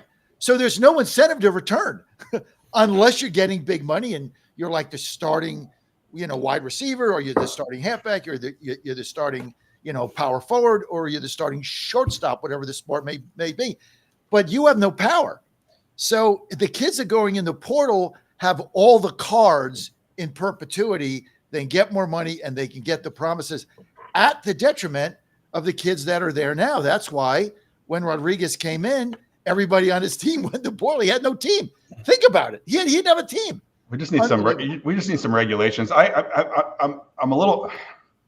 There's some optimism flowing through me that this could end up being the best possible scenario for college football because we're never going back to people not transferring and right.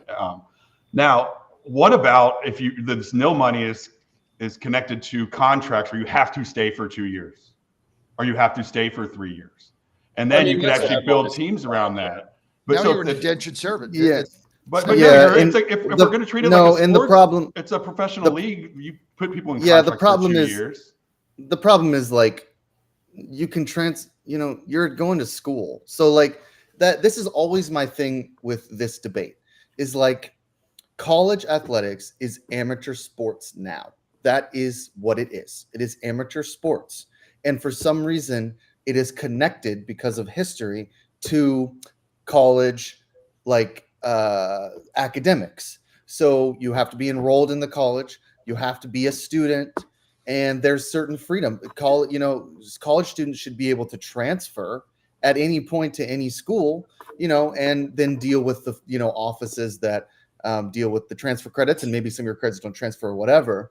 But like to say, hey, if you sign this NIL contract, then you have to stay here as a student can't for a couple of years. You can't play for another. Well, I mean, is it that much sport. different than like signing getting like a scholarship to a college? I'm 100% here. So say the Country Roads Trust is like, we only take players. We play you more, but we only take players on 2-year deals. Now you don't have to transfer as a student. You just can't play you can't play a sport for another school. I don't know why you can't do that. You're treating it like a professional league. Mike Lombardi is the damn general manager at North Carolina. I mean, this is professional sports. Yeah, this is my thing. It's two things. Is either you treat it like student athletics, in which case you have to put more regulations on it, like we're used to. I mean, the thing that the regulation that discouraged this in the first place was you had to set out a year if you transferred. So people didn't do it because they couldn't lose that year. You didn't lose the year of eligibility, but you lose the year of experience. And so that's treating it like student athletes. Yeah. If you're not going to do that, then you have to swing hard to the right, and you have to stop pretending that this is about college, because it's not. It's about money and it's about playing time, and that's it. It's not about like where you get a degree. And so it can't be both. You can't have amateur sports and college degree at the same time. So either you need to swing hard one way or the other. But when you're in this little middle ground, this is where all of the issues come up, because fundamentally you're trying to reconcile being a student athlete with being an amateur player. And the thing is, if we could have an entire amateur sports apparatus in this country, but they are all of our college, like all of our amateur sports are tied to college brands. So you can't like start an amateur football league, because the University of Michigan's brand as a football team is 150 years old and invaluable. So what are you suggesting? Economic So what do you? I'm suggesting choose that. I'm like, as a country, as the NCAA, whatever, as Congress, choose. Right. Either treat them as professional athletes, in which case, like, don't even make them. They shouldn't even have to go to school. They can just play for the team. Like no, crazy. listen. Stop. No. Listen. I'm making an argument that is two-sided. Either you treat them like that, or you treat them as student athletes and you put a bunch of regulations on them. You need to choose. Just do one. You can either do one or the. Now you can disagree with one option over the other. That's fine. But you have to go one way. If you want to treat them like student athletes, there has to be more regulations. If you want to treat them like professional athletes, then it doesn't even matter if they go to the school there. Stop pretending the two are connected. Either make regulations or make them amateur athletes. You can't have both. Yeah, but neither of that's going to Remember when happen. we used to worry about like GPAs for athletes? Remember we used to worry about crab legs? Like worried about that. They still have those. You can't get into certain school. Yes, you can. I know. You can't get in, but you can be there. No, if your grades fall under a certain level, you can't be enrolled into school, and you're off whatever team you're on. So that's still in place. Different schools have different regulations, but the JUCO explosion started with kids that didn't have the grades. Now, because JUCO doesn't, and for those that don't know, JUCO is a junior college, a community college. Now, because of it doesn't take a year of eligibility, now kids are going to JUCO if they can't get into this, they can't get the scholarship or go to the school they want, or they get cut in the fall, which happens to kids. They're enrolled, they get cut, they go to JUCO, no eligibility issue. So you got all this going on, but now the students, you got to remember, the college is now paying the athletes a salary. That's they have to fill out a form and they get a salary with taxes taken out. So now they're paid, so they're getting the NIL money and they're getting paid, but then they have to still maintain their grades at the school. I mean, thing is a mess. And unfortunately, it's only 1% of the athletes that are really in this. And now that we're in this website, I'm into all the nuances of the other sports, like the rifle team, the swimming teams, all these other, they don't have this nil money. So when the NCAA or whoever the powers that be are trying to figure out these regulations, you have to take into consideration that the majority, 90+% of the kids are on scholarship, are going to class, are going to be doing something other than sports. I sound like the commercial for the NCAA, but that's the problem too. So you only have, and they kind of get away with it too, like because it's coming from the Mitch, alumni like, and sponsors. This is my argument. They treat those athletes like student athletes. They don't have the same benefits. They don't get paid the salary.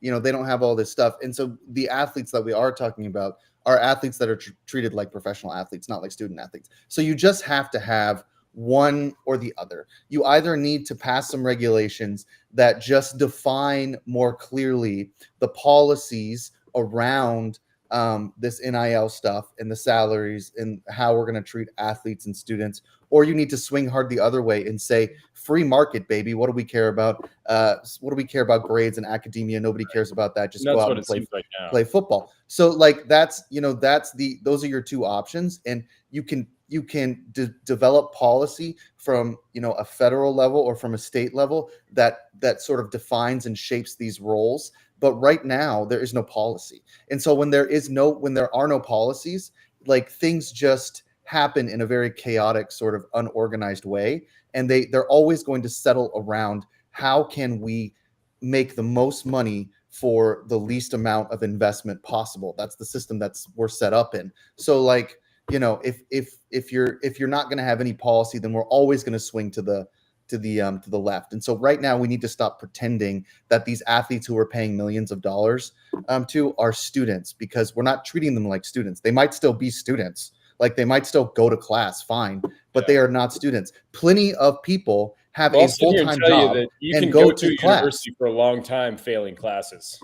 Yeah, and Nate knows that as a fact. Yeah, no, hey, trust me. Nate was a trailblazer in Hey, that regard. They don't cut you off after one semester. They give you a little rope. They give you, at WVU, I was there for a little while, and I graduated. We don't need to name GPAs or anything, but yeah, you're right. That it's completely different. Like regular students don't. I didn't like screw up in logic class and then go, oh, F this university, I'm going to Shepherd. Like it's just unique, obviously, to these athletes that want more playing time. They were like, forget it, you're out of here. But can we get rid of the spring? Can we get rid of the spring transfer portal? Like, so these. Yes. Yeah, that's the other crazy. Way. That's and crazy. That was insane. always Dan Angel's idea. That's was insane. just make it so that you can't just transfer whenever you want. Just give some parameters on the transfer, and then you're kind of stuck. And that is a good solution. Do it like baseball. Baseball is different. NCAA college baseball, it's got parameters. The portal opens, I think, sometime after the season, after the World Series, or sometime it opens, June or something, and then there's a certain date in September where it closes. Or I think it's early October. I don't know the exact date. Somebody can look it up for me, but it opens and it closes. And so you've got a window to decide if you want to get in. But once you decide not to, that portal's gone and the team is set, the roster's set, and you all move on into the season. And then you can't just transfer out in, February because you don't like your playing time, or you don't like, what the coach is, you're not playing first base or something. You just go into the portal, go to another team. You can't do that. Semester's already started. So they have, but football, I mean, and Mitch brought this up. And by the way, great column, Mitch. Mitch brought this up in his column, which really transcends West Virginia. It's why coaches, big time football coaches, are no longer playing the spring game, right? They're off against their defense, having everybody in because the portal's still open. So they don't want to play the spring game because kids go into the portal and they have a really good performance in it. Like sometime, I think April 5th. April 5th is the WVU big spring game. We've already got invited. We got a media tent there and all that. And all the fans show out. It's offense against defense.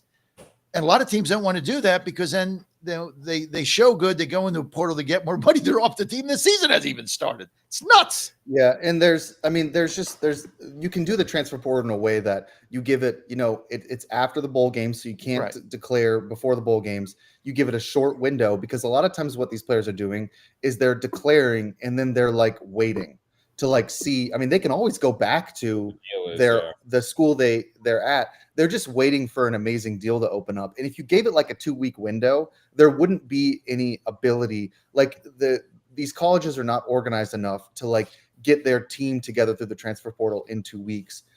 So, I mean, again, I'm telling you, this is an existential issue. This is not necessarily like, just change the portal, change this. Like they're treating student athletes like professional athletes. If that's what you want to do, then go the entire way. If you don't, then you need to have regulations that police the sort of or define what a student athlete is in 2025, because it's not the same thing as it was in 2000. All of these athletes are waiting for an amazing deal. But you don't have to wait for this amazing deal. My God. Mike Lindell is giving away the store.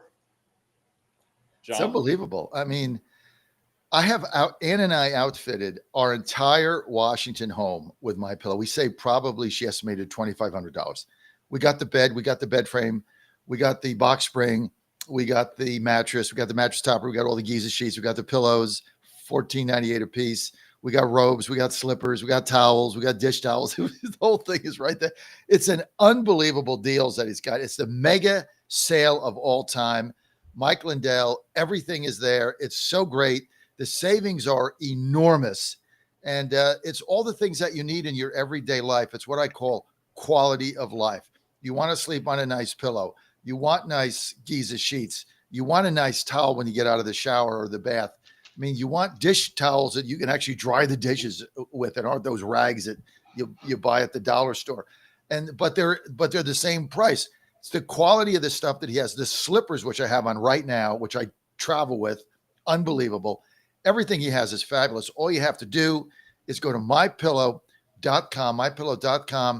put up and put it at /Godzilla, promo code Godzilla. Everything is there. And just put in promo code Godzilla. The savings are amazing. Free shipping right through the end of March. And just get something. Just get in the system. Get something. And Mitch says, do you wear the slippers at the White House? No, I do not. I wear regular dress shoes. I could have just asked you. Unlike Zelensky, who came in there yesterday in his camouflage T-shirt, and Trump opened the meeting by saying, "I see you dressed." You got you got about a minute for this ad, and then we're closing it up. And I have go to mypillow.com. Go to mypillow.com. Get the best savings that you have. Spoken from the guy that says he doesn't manage anything on the network. I'm about go to to mypillow.com /Godzilla, promo code Godzilla. You're good to go. Yeah, right. Yeah. That's what we're doing on the Godzilla Wins Sports Show. Thank you. Excellent. Well, we have some topics here. So Derek Bender is a minor league player for the Twins organization in a sport that seems to have the most unwritten rules and the most sort of honor and duty expectations upon them. And he did the unthinkable, which is play for a minor league team and be accused of tipping pitches so that he could end his season earlier and go back home and sit on his couch, but not until he played for long enough to trigger his signing bonus of $297,000 from the Twins. And then things started to get a little squirrely for the old Lakeland Tigers.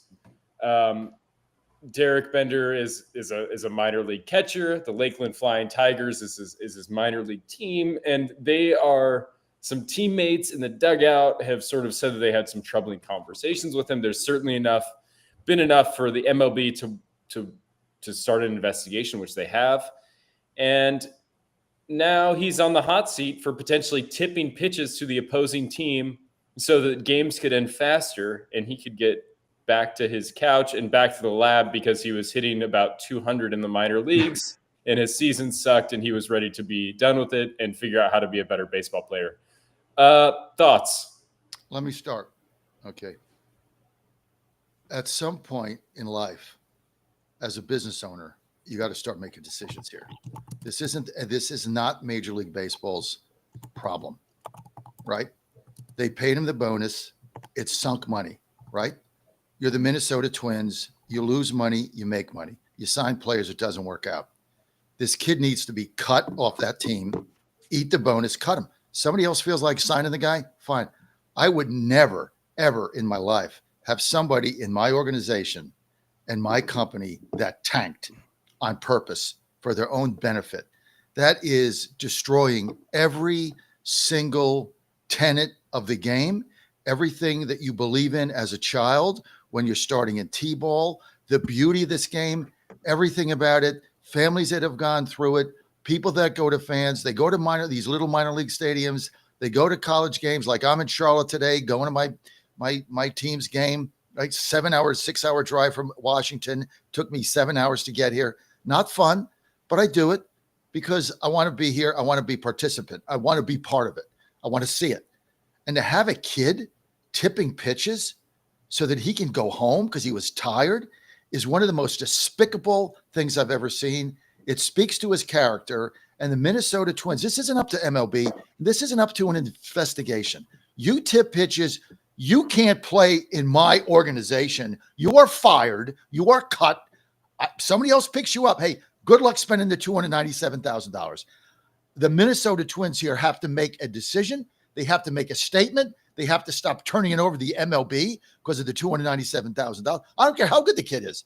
If he tip pitches in the minor leagues, he'll tip pitches everywhere. Speaks to his character. I mean, this isn't like who was the guy, the quarterback that walked out with the crab's legs and Publix? Who was that? Jameis Winston. Yeah, Jameis Winston. Okay, it was a stupid mistake as a kid. Shouldn't have done it.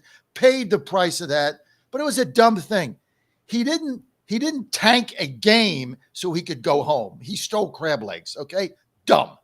This is, to me, it's unbelievable that the Twins haven't just cut him right now, and it's on them. I like Jack when you put up this story.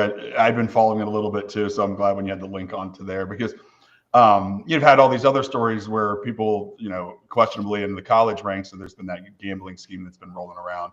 So when I first heard this story, I first saw it when I was about to click on it, I thought I was going to click on another low-level gambling thing. And the fact that you find out that he had played in college, he had played in summer leagues, and he was burnt out. His coach is trying to step up for him. He's at the Mendoza line at 200, so he's just having a real rough time.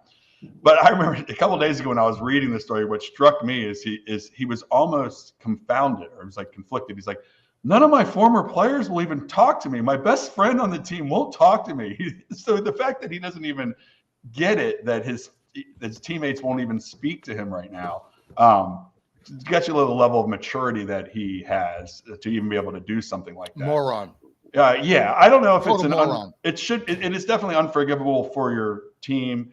I don't know if you want to like blackball him from baseball for life, because it seemed like that's not what I suggest. I didn't. I know you didn't. But I don't know what you do. Somebody else can pick him up. But if I'm the Twins, I mean, at some point in life, you've got to make a statement. You've got to say, I have a culture. The Twins have always had a culture. You know what their culture was? When they went to a high school game, true story, anywhere in the Northwest, to scout a player, the Twins scouts stayed for the whole game. If that player was out in the fifth inning, a pitch or something, they stayed to the final pitch, even if they were watching freshmen and sophomores. That was their culture, because they said, we're not going to leave when some other high school player is up to bat and embarrass him. We're going to stay for the whole game. We had a culture. And now you got a player who violated every integrity aspect of the game for his own self, so he could go home, and you're still in the team because you paid him $300,000. Shame on you, Twins. Cut him. Yeah. When I first read this story, I thought it was going to be a gambling thing. You know what I mean? I was like, oh my God, here we go. Like another gambling, scandal where like this guy's like fading his team and then he's giving away pitches. I was like, can you even bet on the minor leagues? This is crazy. I mean, I guess you can in some venues or whatever. So to read that it's most likely because he is like tired of playing baseball. He was just like, oh my God, like, let's just get this over with. I mean, that was 14, that was like my attitude at like freshman year basketball. We went to like the Final Four, and every game I was just like, oh, like I hate this. I can't believe we keep winning. This is awful. Like we're gonna have to play 2 more games. We got to go travel on the bus. I mean, like, I'm like a 14-year-old kid, like not like a professional baseball player. Like, I mean, I understand they don't make a ton of money, but like you guys said, he's got this big signing bonus. I mean, it's just like I think there's got to be something else either going on with him as like a person, or just in general, just kind of like his, I don't know. I mean, like to just he's a dipwad. I mean, what's going on with him? He's a dipwad. Yeah, I guess, but like, why play baseball? I just don't understand it. I thought there was going to be more substance to it. As far as the twin things go, I wasn't aware because I thought he has to admit that he did this to stay with Twins, right? And he says he's not admitting it. So I didn't know he was still on the Twins. I thought that was the deal that I read, and I kind of read this quickly, so I could be completely wrong, but because he's denying this, like that he didn't do any of this, which is also kind of ridiculous because he apologized, but then said I didn't. I'm apologizing because you're asking me to, but I'm not admitting I did it. And like, I mean, the only way you even get caught with this is that the team that benefited rats on you. So like, like the other team was like, hey, this guy's tipping pitches to us and et cetera, and telling his play, telling his. Think about if he said he let a ground ball go underneath his glove or at a game a couple days before that. The pass ball. Think about this, right? You're the father. I want you to think about this, Mitch and Jack. You're the father of the pitcher that you're watching in the stands who just got lit up and you can't figure it out. And the pitcher can't figure it out. And he's his ERA explodes. And you're hurting his career, and you sold him out. You're his catcher. I mean, the relationship between pitcher and catcher in baseball is sacred. I mean, you got to have that trust there, right? Somebody's calling the pitches. You got to trust that catch. He's going to frame it. You know, if you got a guy on third and they call for a slider, you got to trust if the ball's in the dirt, he can block it.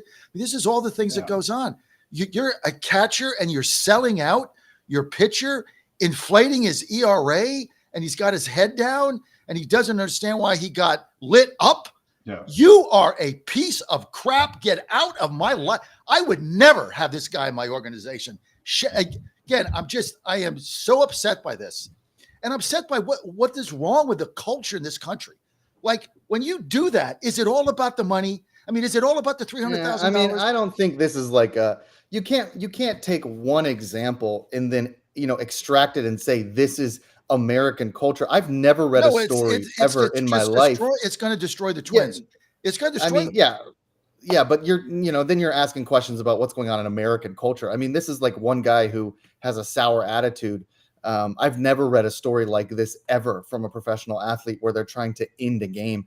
I'm sure it's happened. I'm sure there's nights where you're playing basketball and you're hungover or whatever, and you're just like, oh my God, let's get out of here. Like, I mean, that definitely happens, but not in the sense where you're like, giving away the curveball so you can lose because you don't want to continue in a tournament because you're tired of playing baseball for $250,000 a year. Like, boo hoo. Oh my God, I'm so sorry. You get paid hundreds of thousands of dollars to play a sport we all love. So it's a weird story.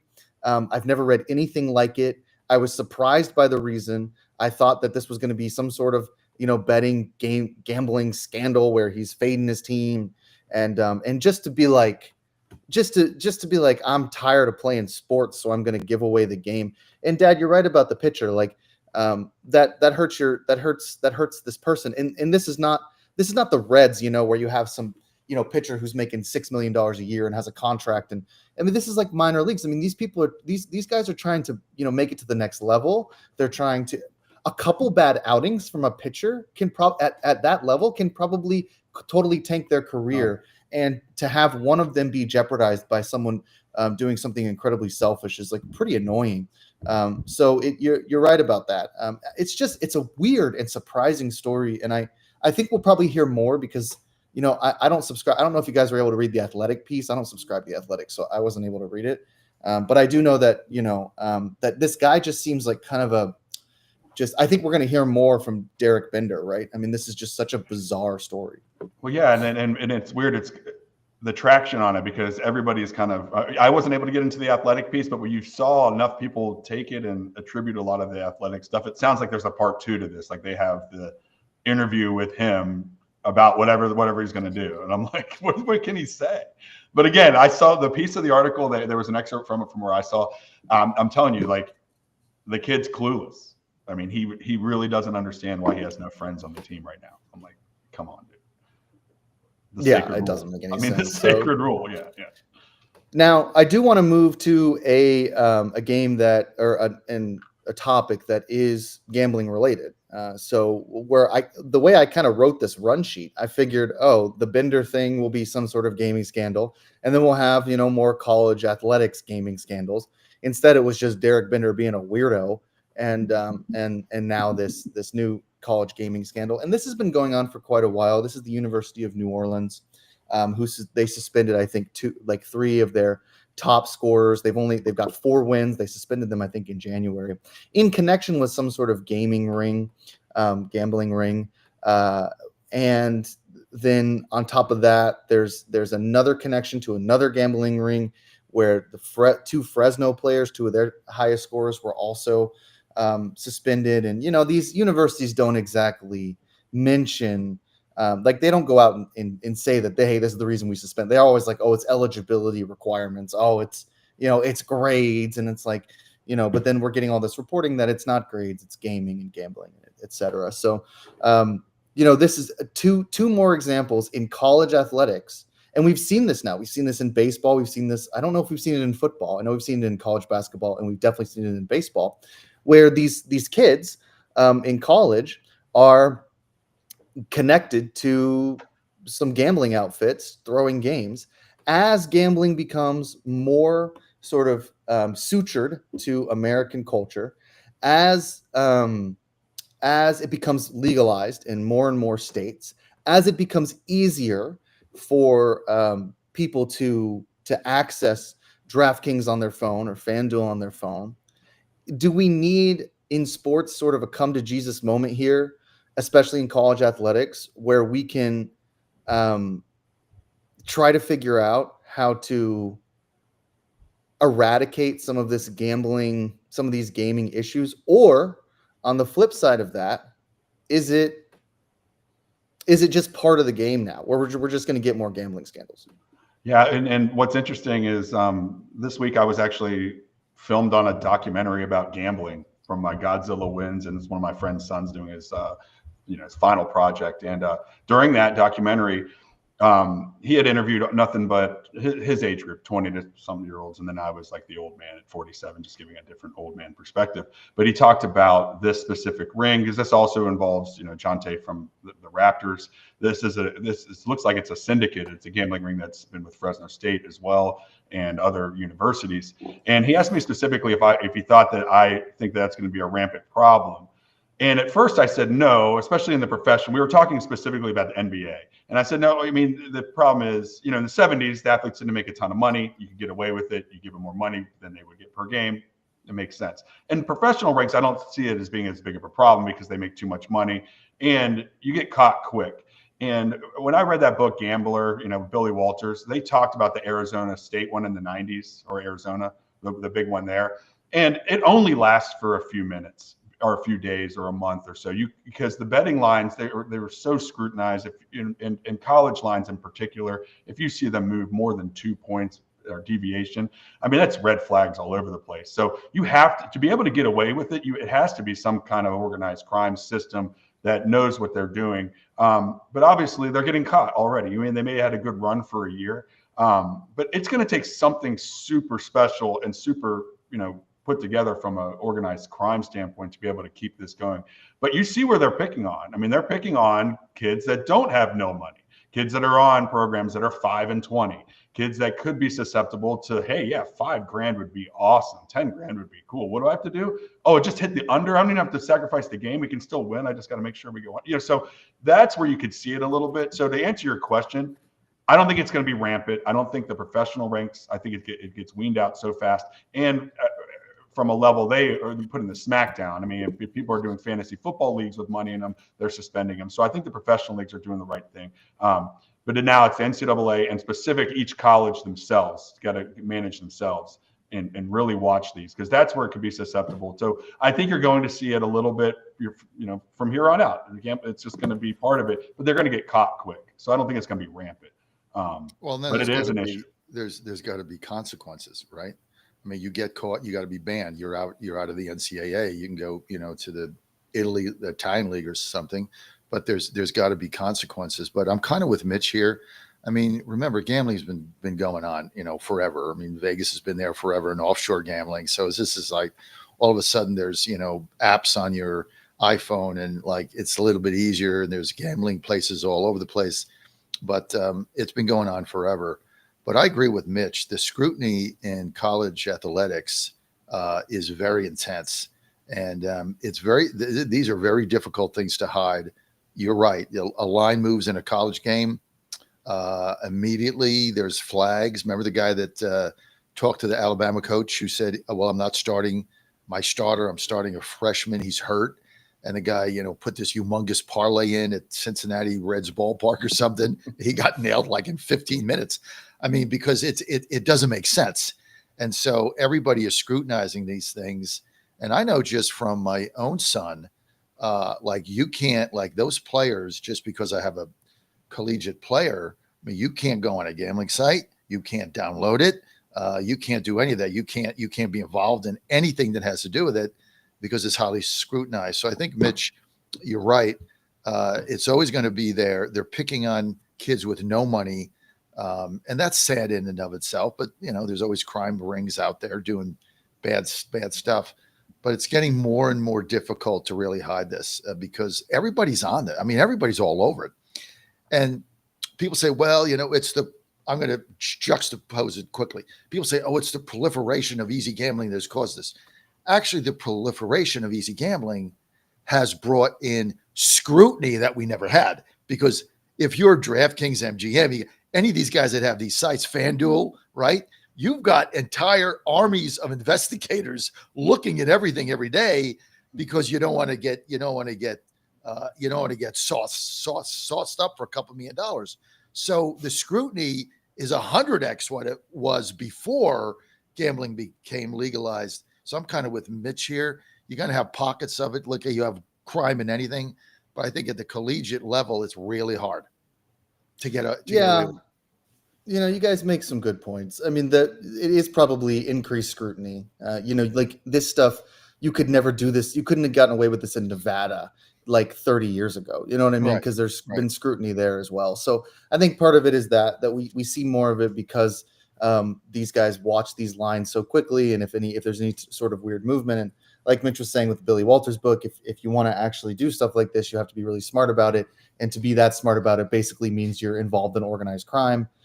Organized crime is always looking for, patsies, like, players on college teams. I mean, that's like their bread and butter. This isn't the 1970s. It's not like some horse track in the 70s where like there's just, the fix is in and nobody can really prove it, but everybody knows what's going on. Yeah. Same thing with boxing and stuff like that. I mean, this is like, these are like algorithms. And so it is a lot harder. And I think it is probably the reality that you live in. I do think, Dad, that in Mitch, I think that one thing that we should be doing, and I think we should be doing this with everybody who goes to college, just because you should do this with everybody who's 18, but college is a good way to kind of do this, is I think everybody should be, especially athletes, should be required to take like a gambling, whatever webinar, some sort of, the risks of online betting, when you turn 21, whatever. I mean, like college kids are always kind of having to do stuff like that. I'm not exactly saying that like a webinar like fixes stuff. It's kind of a silly thing, but I do think it makes you aware. It makes you aware. Yeah. Like having a little bit more awareness of like, what the risks of gaming, the types of people who tend to inhabit these spaces who are not to be trusted, the ways in which, it is a slippery slope, but it can be very addictive. That's very true. We read these disclaimers and we talk about it on the show, but we're all very aware of how it can be very addicting. I've known a lot of people in my life who have, had like pretty serious sort of gambling problems. Having lived in Nevada, having lived in Mississippi, in all sorts of areas of my life have I seen it happen. So, there's nothing wrong with like just giving kids a little bit more information before they, can download the DraftKings app. Because the problem is when you get into a dorm room and you've got one kid who's 21 or a frat house, some kid who's 21 who's got a DraftKings account, and then everybody starts giving him cash. And now all of a sudden he's booking bets on his DraftKings account for like 16, freshmen. And it just becomes a problem. So, it's an ecosystem. It's an ecosystem, and it needs a little bit more sort of address. But look, there's a lot of different types of ecosystems. One of the ecosystems, Dad, that we're really invested in here is West Virginia. I know you want to try to give some tickets away, maybe is it for the Queens game, or you got a basketball game? No, I got a basketball game coming up. It is the final game of the season. It is Saturday night. It is March 8th. It is 5:00. It is in Morgantown. It is the game. Now, West Virginia basketball, as the fans know, they're on the bubble to get in the dance. They got to win one out of the two games in Utah, either BYU or Utah. They got to win one of those two games. You can't get in the NCAA tournament if you're under 500 in your conference. That is a rule. That's hard, fast. So to get the shot, they got to win one of those games. They likely are. Then they come home. They've got to win that game home against TCU. That's going to be at 5:00 in Morgantown on Saturday, 1 week from today. That place is going to rock. And they're going to do the light show like we did. There's not going to be a ticket to be had. It's near sold out now. And I'm going to give tickets away right now. You just got to give us a call. Talk to Al. He'll get you right on. 888-480-JOHN, 888-480-5646. These are great seats right around center court in the 200 level. We're going to give them away. They'll be at Will Call. This thing is going to be sold out. Mitch knows the roof there is going to come off. It is better. They haven't sold out yet. It better. They sold out one game, and this is going to be the second game they're going to sell out, and it's going to be a madhouse. So just give us a call right now, 888-480-JOHN, 888-480-5646, 888-480-5646. Al will get you right on, and he'll get all your info, and your tickets will be at will call, and we're going to rock the house, baby. It's gonna be. Hey, John, Lenardi took us off the bubble this morning. We are firmly in right now. We're not even in the last four out. We're not even on the bubble list. That's because I think what I want to just do. I mean, we're going to do some college picks and stuff, but I think we'll just between the three of us talk some West Virginia sports in the last 10 minutes. But before we do that, Dad, tell our listeners a little bit about Native Path. I know your hair's coming back. Nate says his nails are growing faster. I feel better, taking collagen. My skin looks amazing out here in the Arizona heat, in the dry desert. So tell everybody how they can take advantage of this just incredible. I mean, it's 40%. It's been 40% off. I think it's so since we partnered with them. This is insane. I mean, this usually these deals, they last, and then it's 10 per 20%, then 10%, and then all of a sudden, you're like, oh, get your 7.5% off, free shipping. Not Native Path, 40% off since the beginning. Tell people how they can get involved in college, get a little bit more college in their life. Now we're locked in because it was basically Nate who said it's $1 a day. He just did, like, the guy can do math. He's got 2-3 master's degrees, MFAs and stuff. Like he said, well, I figured out it's $1 a day. And then we started saying $1 a day. And then I went to the company. I'm like, I'm branding this as $1 a day. So the deal's got to stay because that's the way we branded it, because it's $1 a day. And look, if you look at me, right, I'm going to be 67 in 12 days. Like I said, Jack's coming up to see me. Thanks for doing that. But I look better and feel better than I have in probably 2 decades. And it's because of Native Path. And Dr. Chad Walding, who, by the way, lifelong Astro fan, has it nailed. He figured out as a physician that collagen is a key protein your body needs. And as you get older, it just depletes out, and you can't replenish it the way you did because of the different cattle and things, the way they're grazed, the corporate farms. So you can't get it back in your body, and it really hurts your hair growth. It hurts your color. It hurts your vibrancy. And the joints that you have and your bone health as you get older becomes critical. As you know, any of us that have had aged parents, first thing that goes is they fall, they break a bone, then the downward spiral hits. And so you can avoid that for $1 a day. You're going to feel better. All you got to do is go to getnativepath.com, getnativepath.com/Godzilla, no promo code, getnativepath.com/Godzilla. Get it now. I put 2 scoops a day in my coffee. I travel with it. It's easy to do. You just put it in, you stir it up, froth or a spoon, whatever you want, and you're good to go. You can put in tea and coffee and water, but that 2 scoops a day in the morning, you got to take it, not at night. In the morning is going to give you the protein you need to get your juices flowing. You're going to feel better. You're going to move around. Your joint pain is going to go away in 2 weeks. You don't like it, money back guarantee. All you got to do is go to getnativepath.com/Godzilla. You're good to go. $1 a day. So listen, and like I said, I was going to do some college picks, some PGA stuff, but it's the three of us. You guys are really involved in the West Virginia stuff. We got 8 minutes left in the show. I mean, we're a national show, sort of. You know what I mean? Like we're regional national is what I would say. You can pick us up anywhere. We got listeners in California, but we got a lot of listeners in West Virginia and Morgantown. So I think we talked a little bit about basketball. I'm happy to do that. We could talk a little bit about baseball. I mean, they're 8-0. 9-0. I don't know. They haven't 9-0. That's right. They haven't played anybody really. Queens College isn't very good either. But still, I mean, to be 9-0 in baseball is a feat anyway. We could talk about rifle. Mitch. We do a little tennis. They lost yesterday in tennis. So I'm happy to take the conversation wherever it is you guys want to go. Well, I'll start with baseball. I mean, the baseball team is 9-0. The first time they've been 9-0 since 1964. Obviously, they're playing mid-majors. Queens College is not. They don't have a very good team this particular season. They have in the past, and kind of never know what happens. They got another 3 games coming up. They should win those. That'll make them 12-0. Then they go home. They play Kennesaw State. I think in a 3 or 4 game set. That'll be at home this weekend.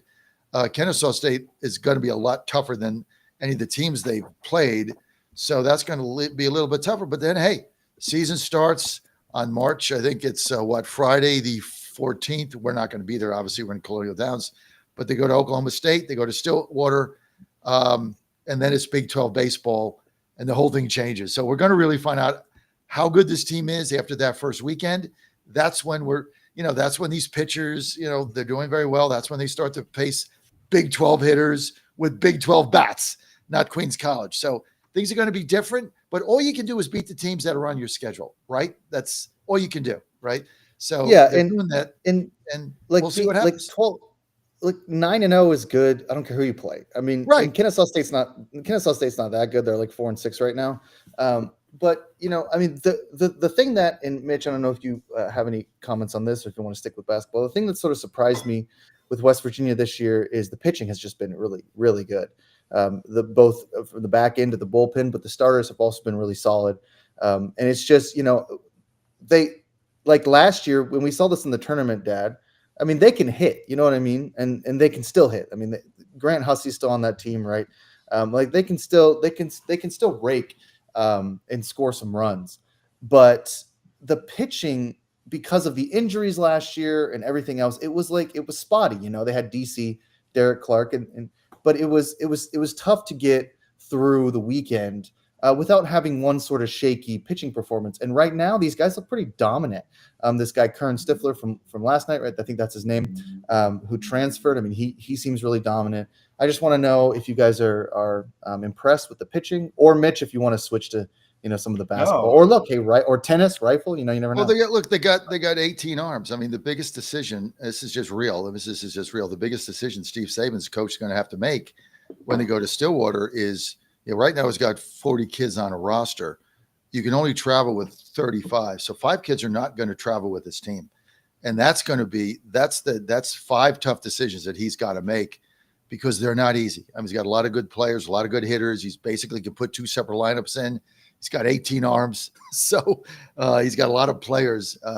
You're going to see, though, what happens. That's got to get pared down to 5. And if you're one of the pitchers that got left off, that's a catastrophe. That's just not good. And John, you're in the unique spot of being not only in the media, but also being one of the parents. And after the first weekend, even though they swept, you said, hey, there's some grumblings because some of the kids don't play. I mean, it's just real. It's just human nature. You know what? That 9-0 start affords Saban the opportunity to be able to do whatever the heck he wants right now without as much scrutiny. And as long as he gets it right by the time Big 12 play comes in, I think that's key here. But you're right there, and it's been fun. Like I last season, because of you all and your son, I mean, I immersed myself in baseball, and it's fun to pick back up here and see Saban just pick up right where this program left off, and with the men's talent. But you're right, they got to figure out a way to balance the roster out and figure out their lineup. So the first weekend they had 4 different 3-hole hitters. I think they figured out their 3-hole hitter now, but. Yeah, it's exciting. It's exciting all the way across the board. So I got a question to ask at 10:58. I'm a minute early, so yeah, that's right. You can do it now. No, it ties in. Rumors going on that Coach DeVries is going to Iowa at the end of the season, and of course, the big draw is his son had a medical red shirt, so he takes his son with him. DeVries, who's probably one of the better players in the country. A lot of rumors saying he's going to leave. Mitch, what do you think? So the thing is, I don't have any inside knowledge to that. I've been trying to see. I mean, obviously everyone's keeping it close to the vest. But if you watch the TCU game the other night, there was a play. I forget who it was. As our center power forward, he just fought for a rebound, got it. Whistle goes off, and you saw DeVries just roll in just screaming and picked him up and was just so into it. They're off the bubble line right now. They most likely go into the tournament. You've got everything you need here with you've got the support, you've got Ren Baker, you've got everybody behind you that wants you to have a good team here. I don't see why you would pick up and go to, it's not like Florida or, it's Utah. It's fine. I get Utah's had some good teams and stuff, but that was Iowa. Iowa. That's all. Yeah. Sorry. There were rumors about Utah last week. Now it's Iowa this week. Yeah. Why would you go? You'd have to do the same thing. You've already had some good success here and you've got good players coming back next year. I don't see it, but money. I mean, a bigger stage. The big. I mean, I know it's still. I guess the Iowa's still the Big 12. I mean, it's just, I don't know. I mean, it's just money, right? Yeah, that's right. Big 10. It's just money. I mean, that's all it is. These guys they and I know this from having coached basketball even at the high school level. Even at the high school level, these guys are always open to moving. They move up, they move sideways. They want different challenges, different opportunities, and they want as much money as they can make as possible. And to be honest with you, these rumors are swirling now. Wait until they make the tournament and win a game or two. Then all of a sudden, then it is like, then he's connected to an SEC team, Texas, like whatever. Like all of a sudden, it becomes even bigger because I think that this team, I think West Virginia can get to the Sweet 16. Mitch, you got 10 seconds. But yeah, so he only has one shot with his son. He played at Northern Iowa, so this is very real. I mean, be scared. It's going to suck. Yeah. So he may want to go because he only has one chance with his son left. You know how that is, guys, right? That's right. Thanks for listening to our show. I had to take over for Nate, who went to go to Mardi Gras in Texas. So love to see his commitment to our company here. Really appreciate. No, Nate's been great for us. I really appreciate everything that he does, and glad to be in the host chair for another 20 or 30 minutes, hopefully for the last time. Up next, Jay Delsing, Golf with Jay Delsing. Don't know who his guest is, but if you don't turn the dial, you'll find out just as soon as I will. I will see you guys next week. Have a great week of sports. We'll have more variety. Send us your topics because I can't figure out what to talk about on the show either. Okay, see you next week. Bye-bye.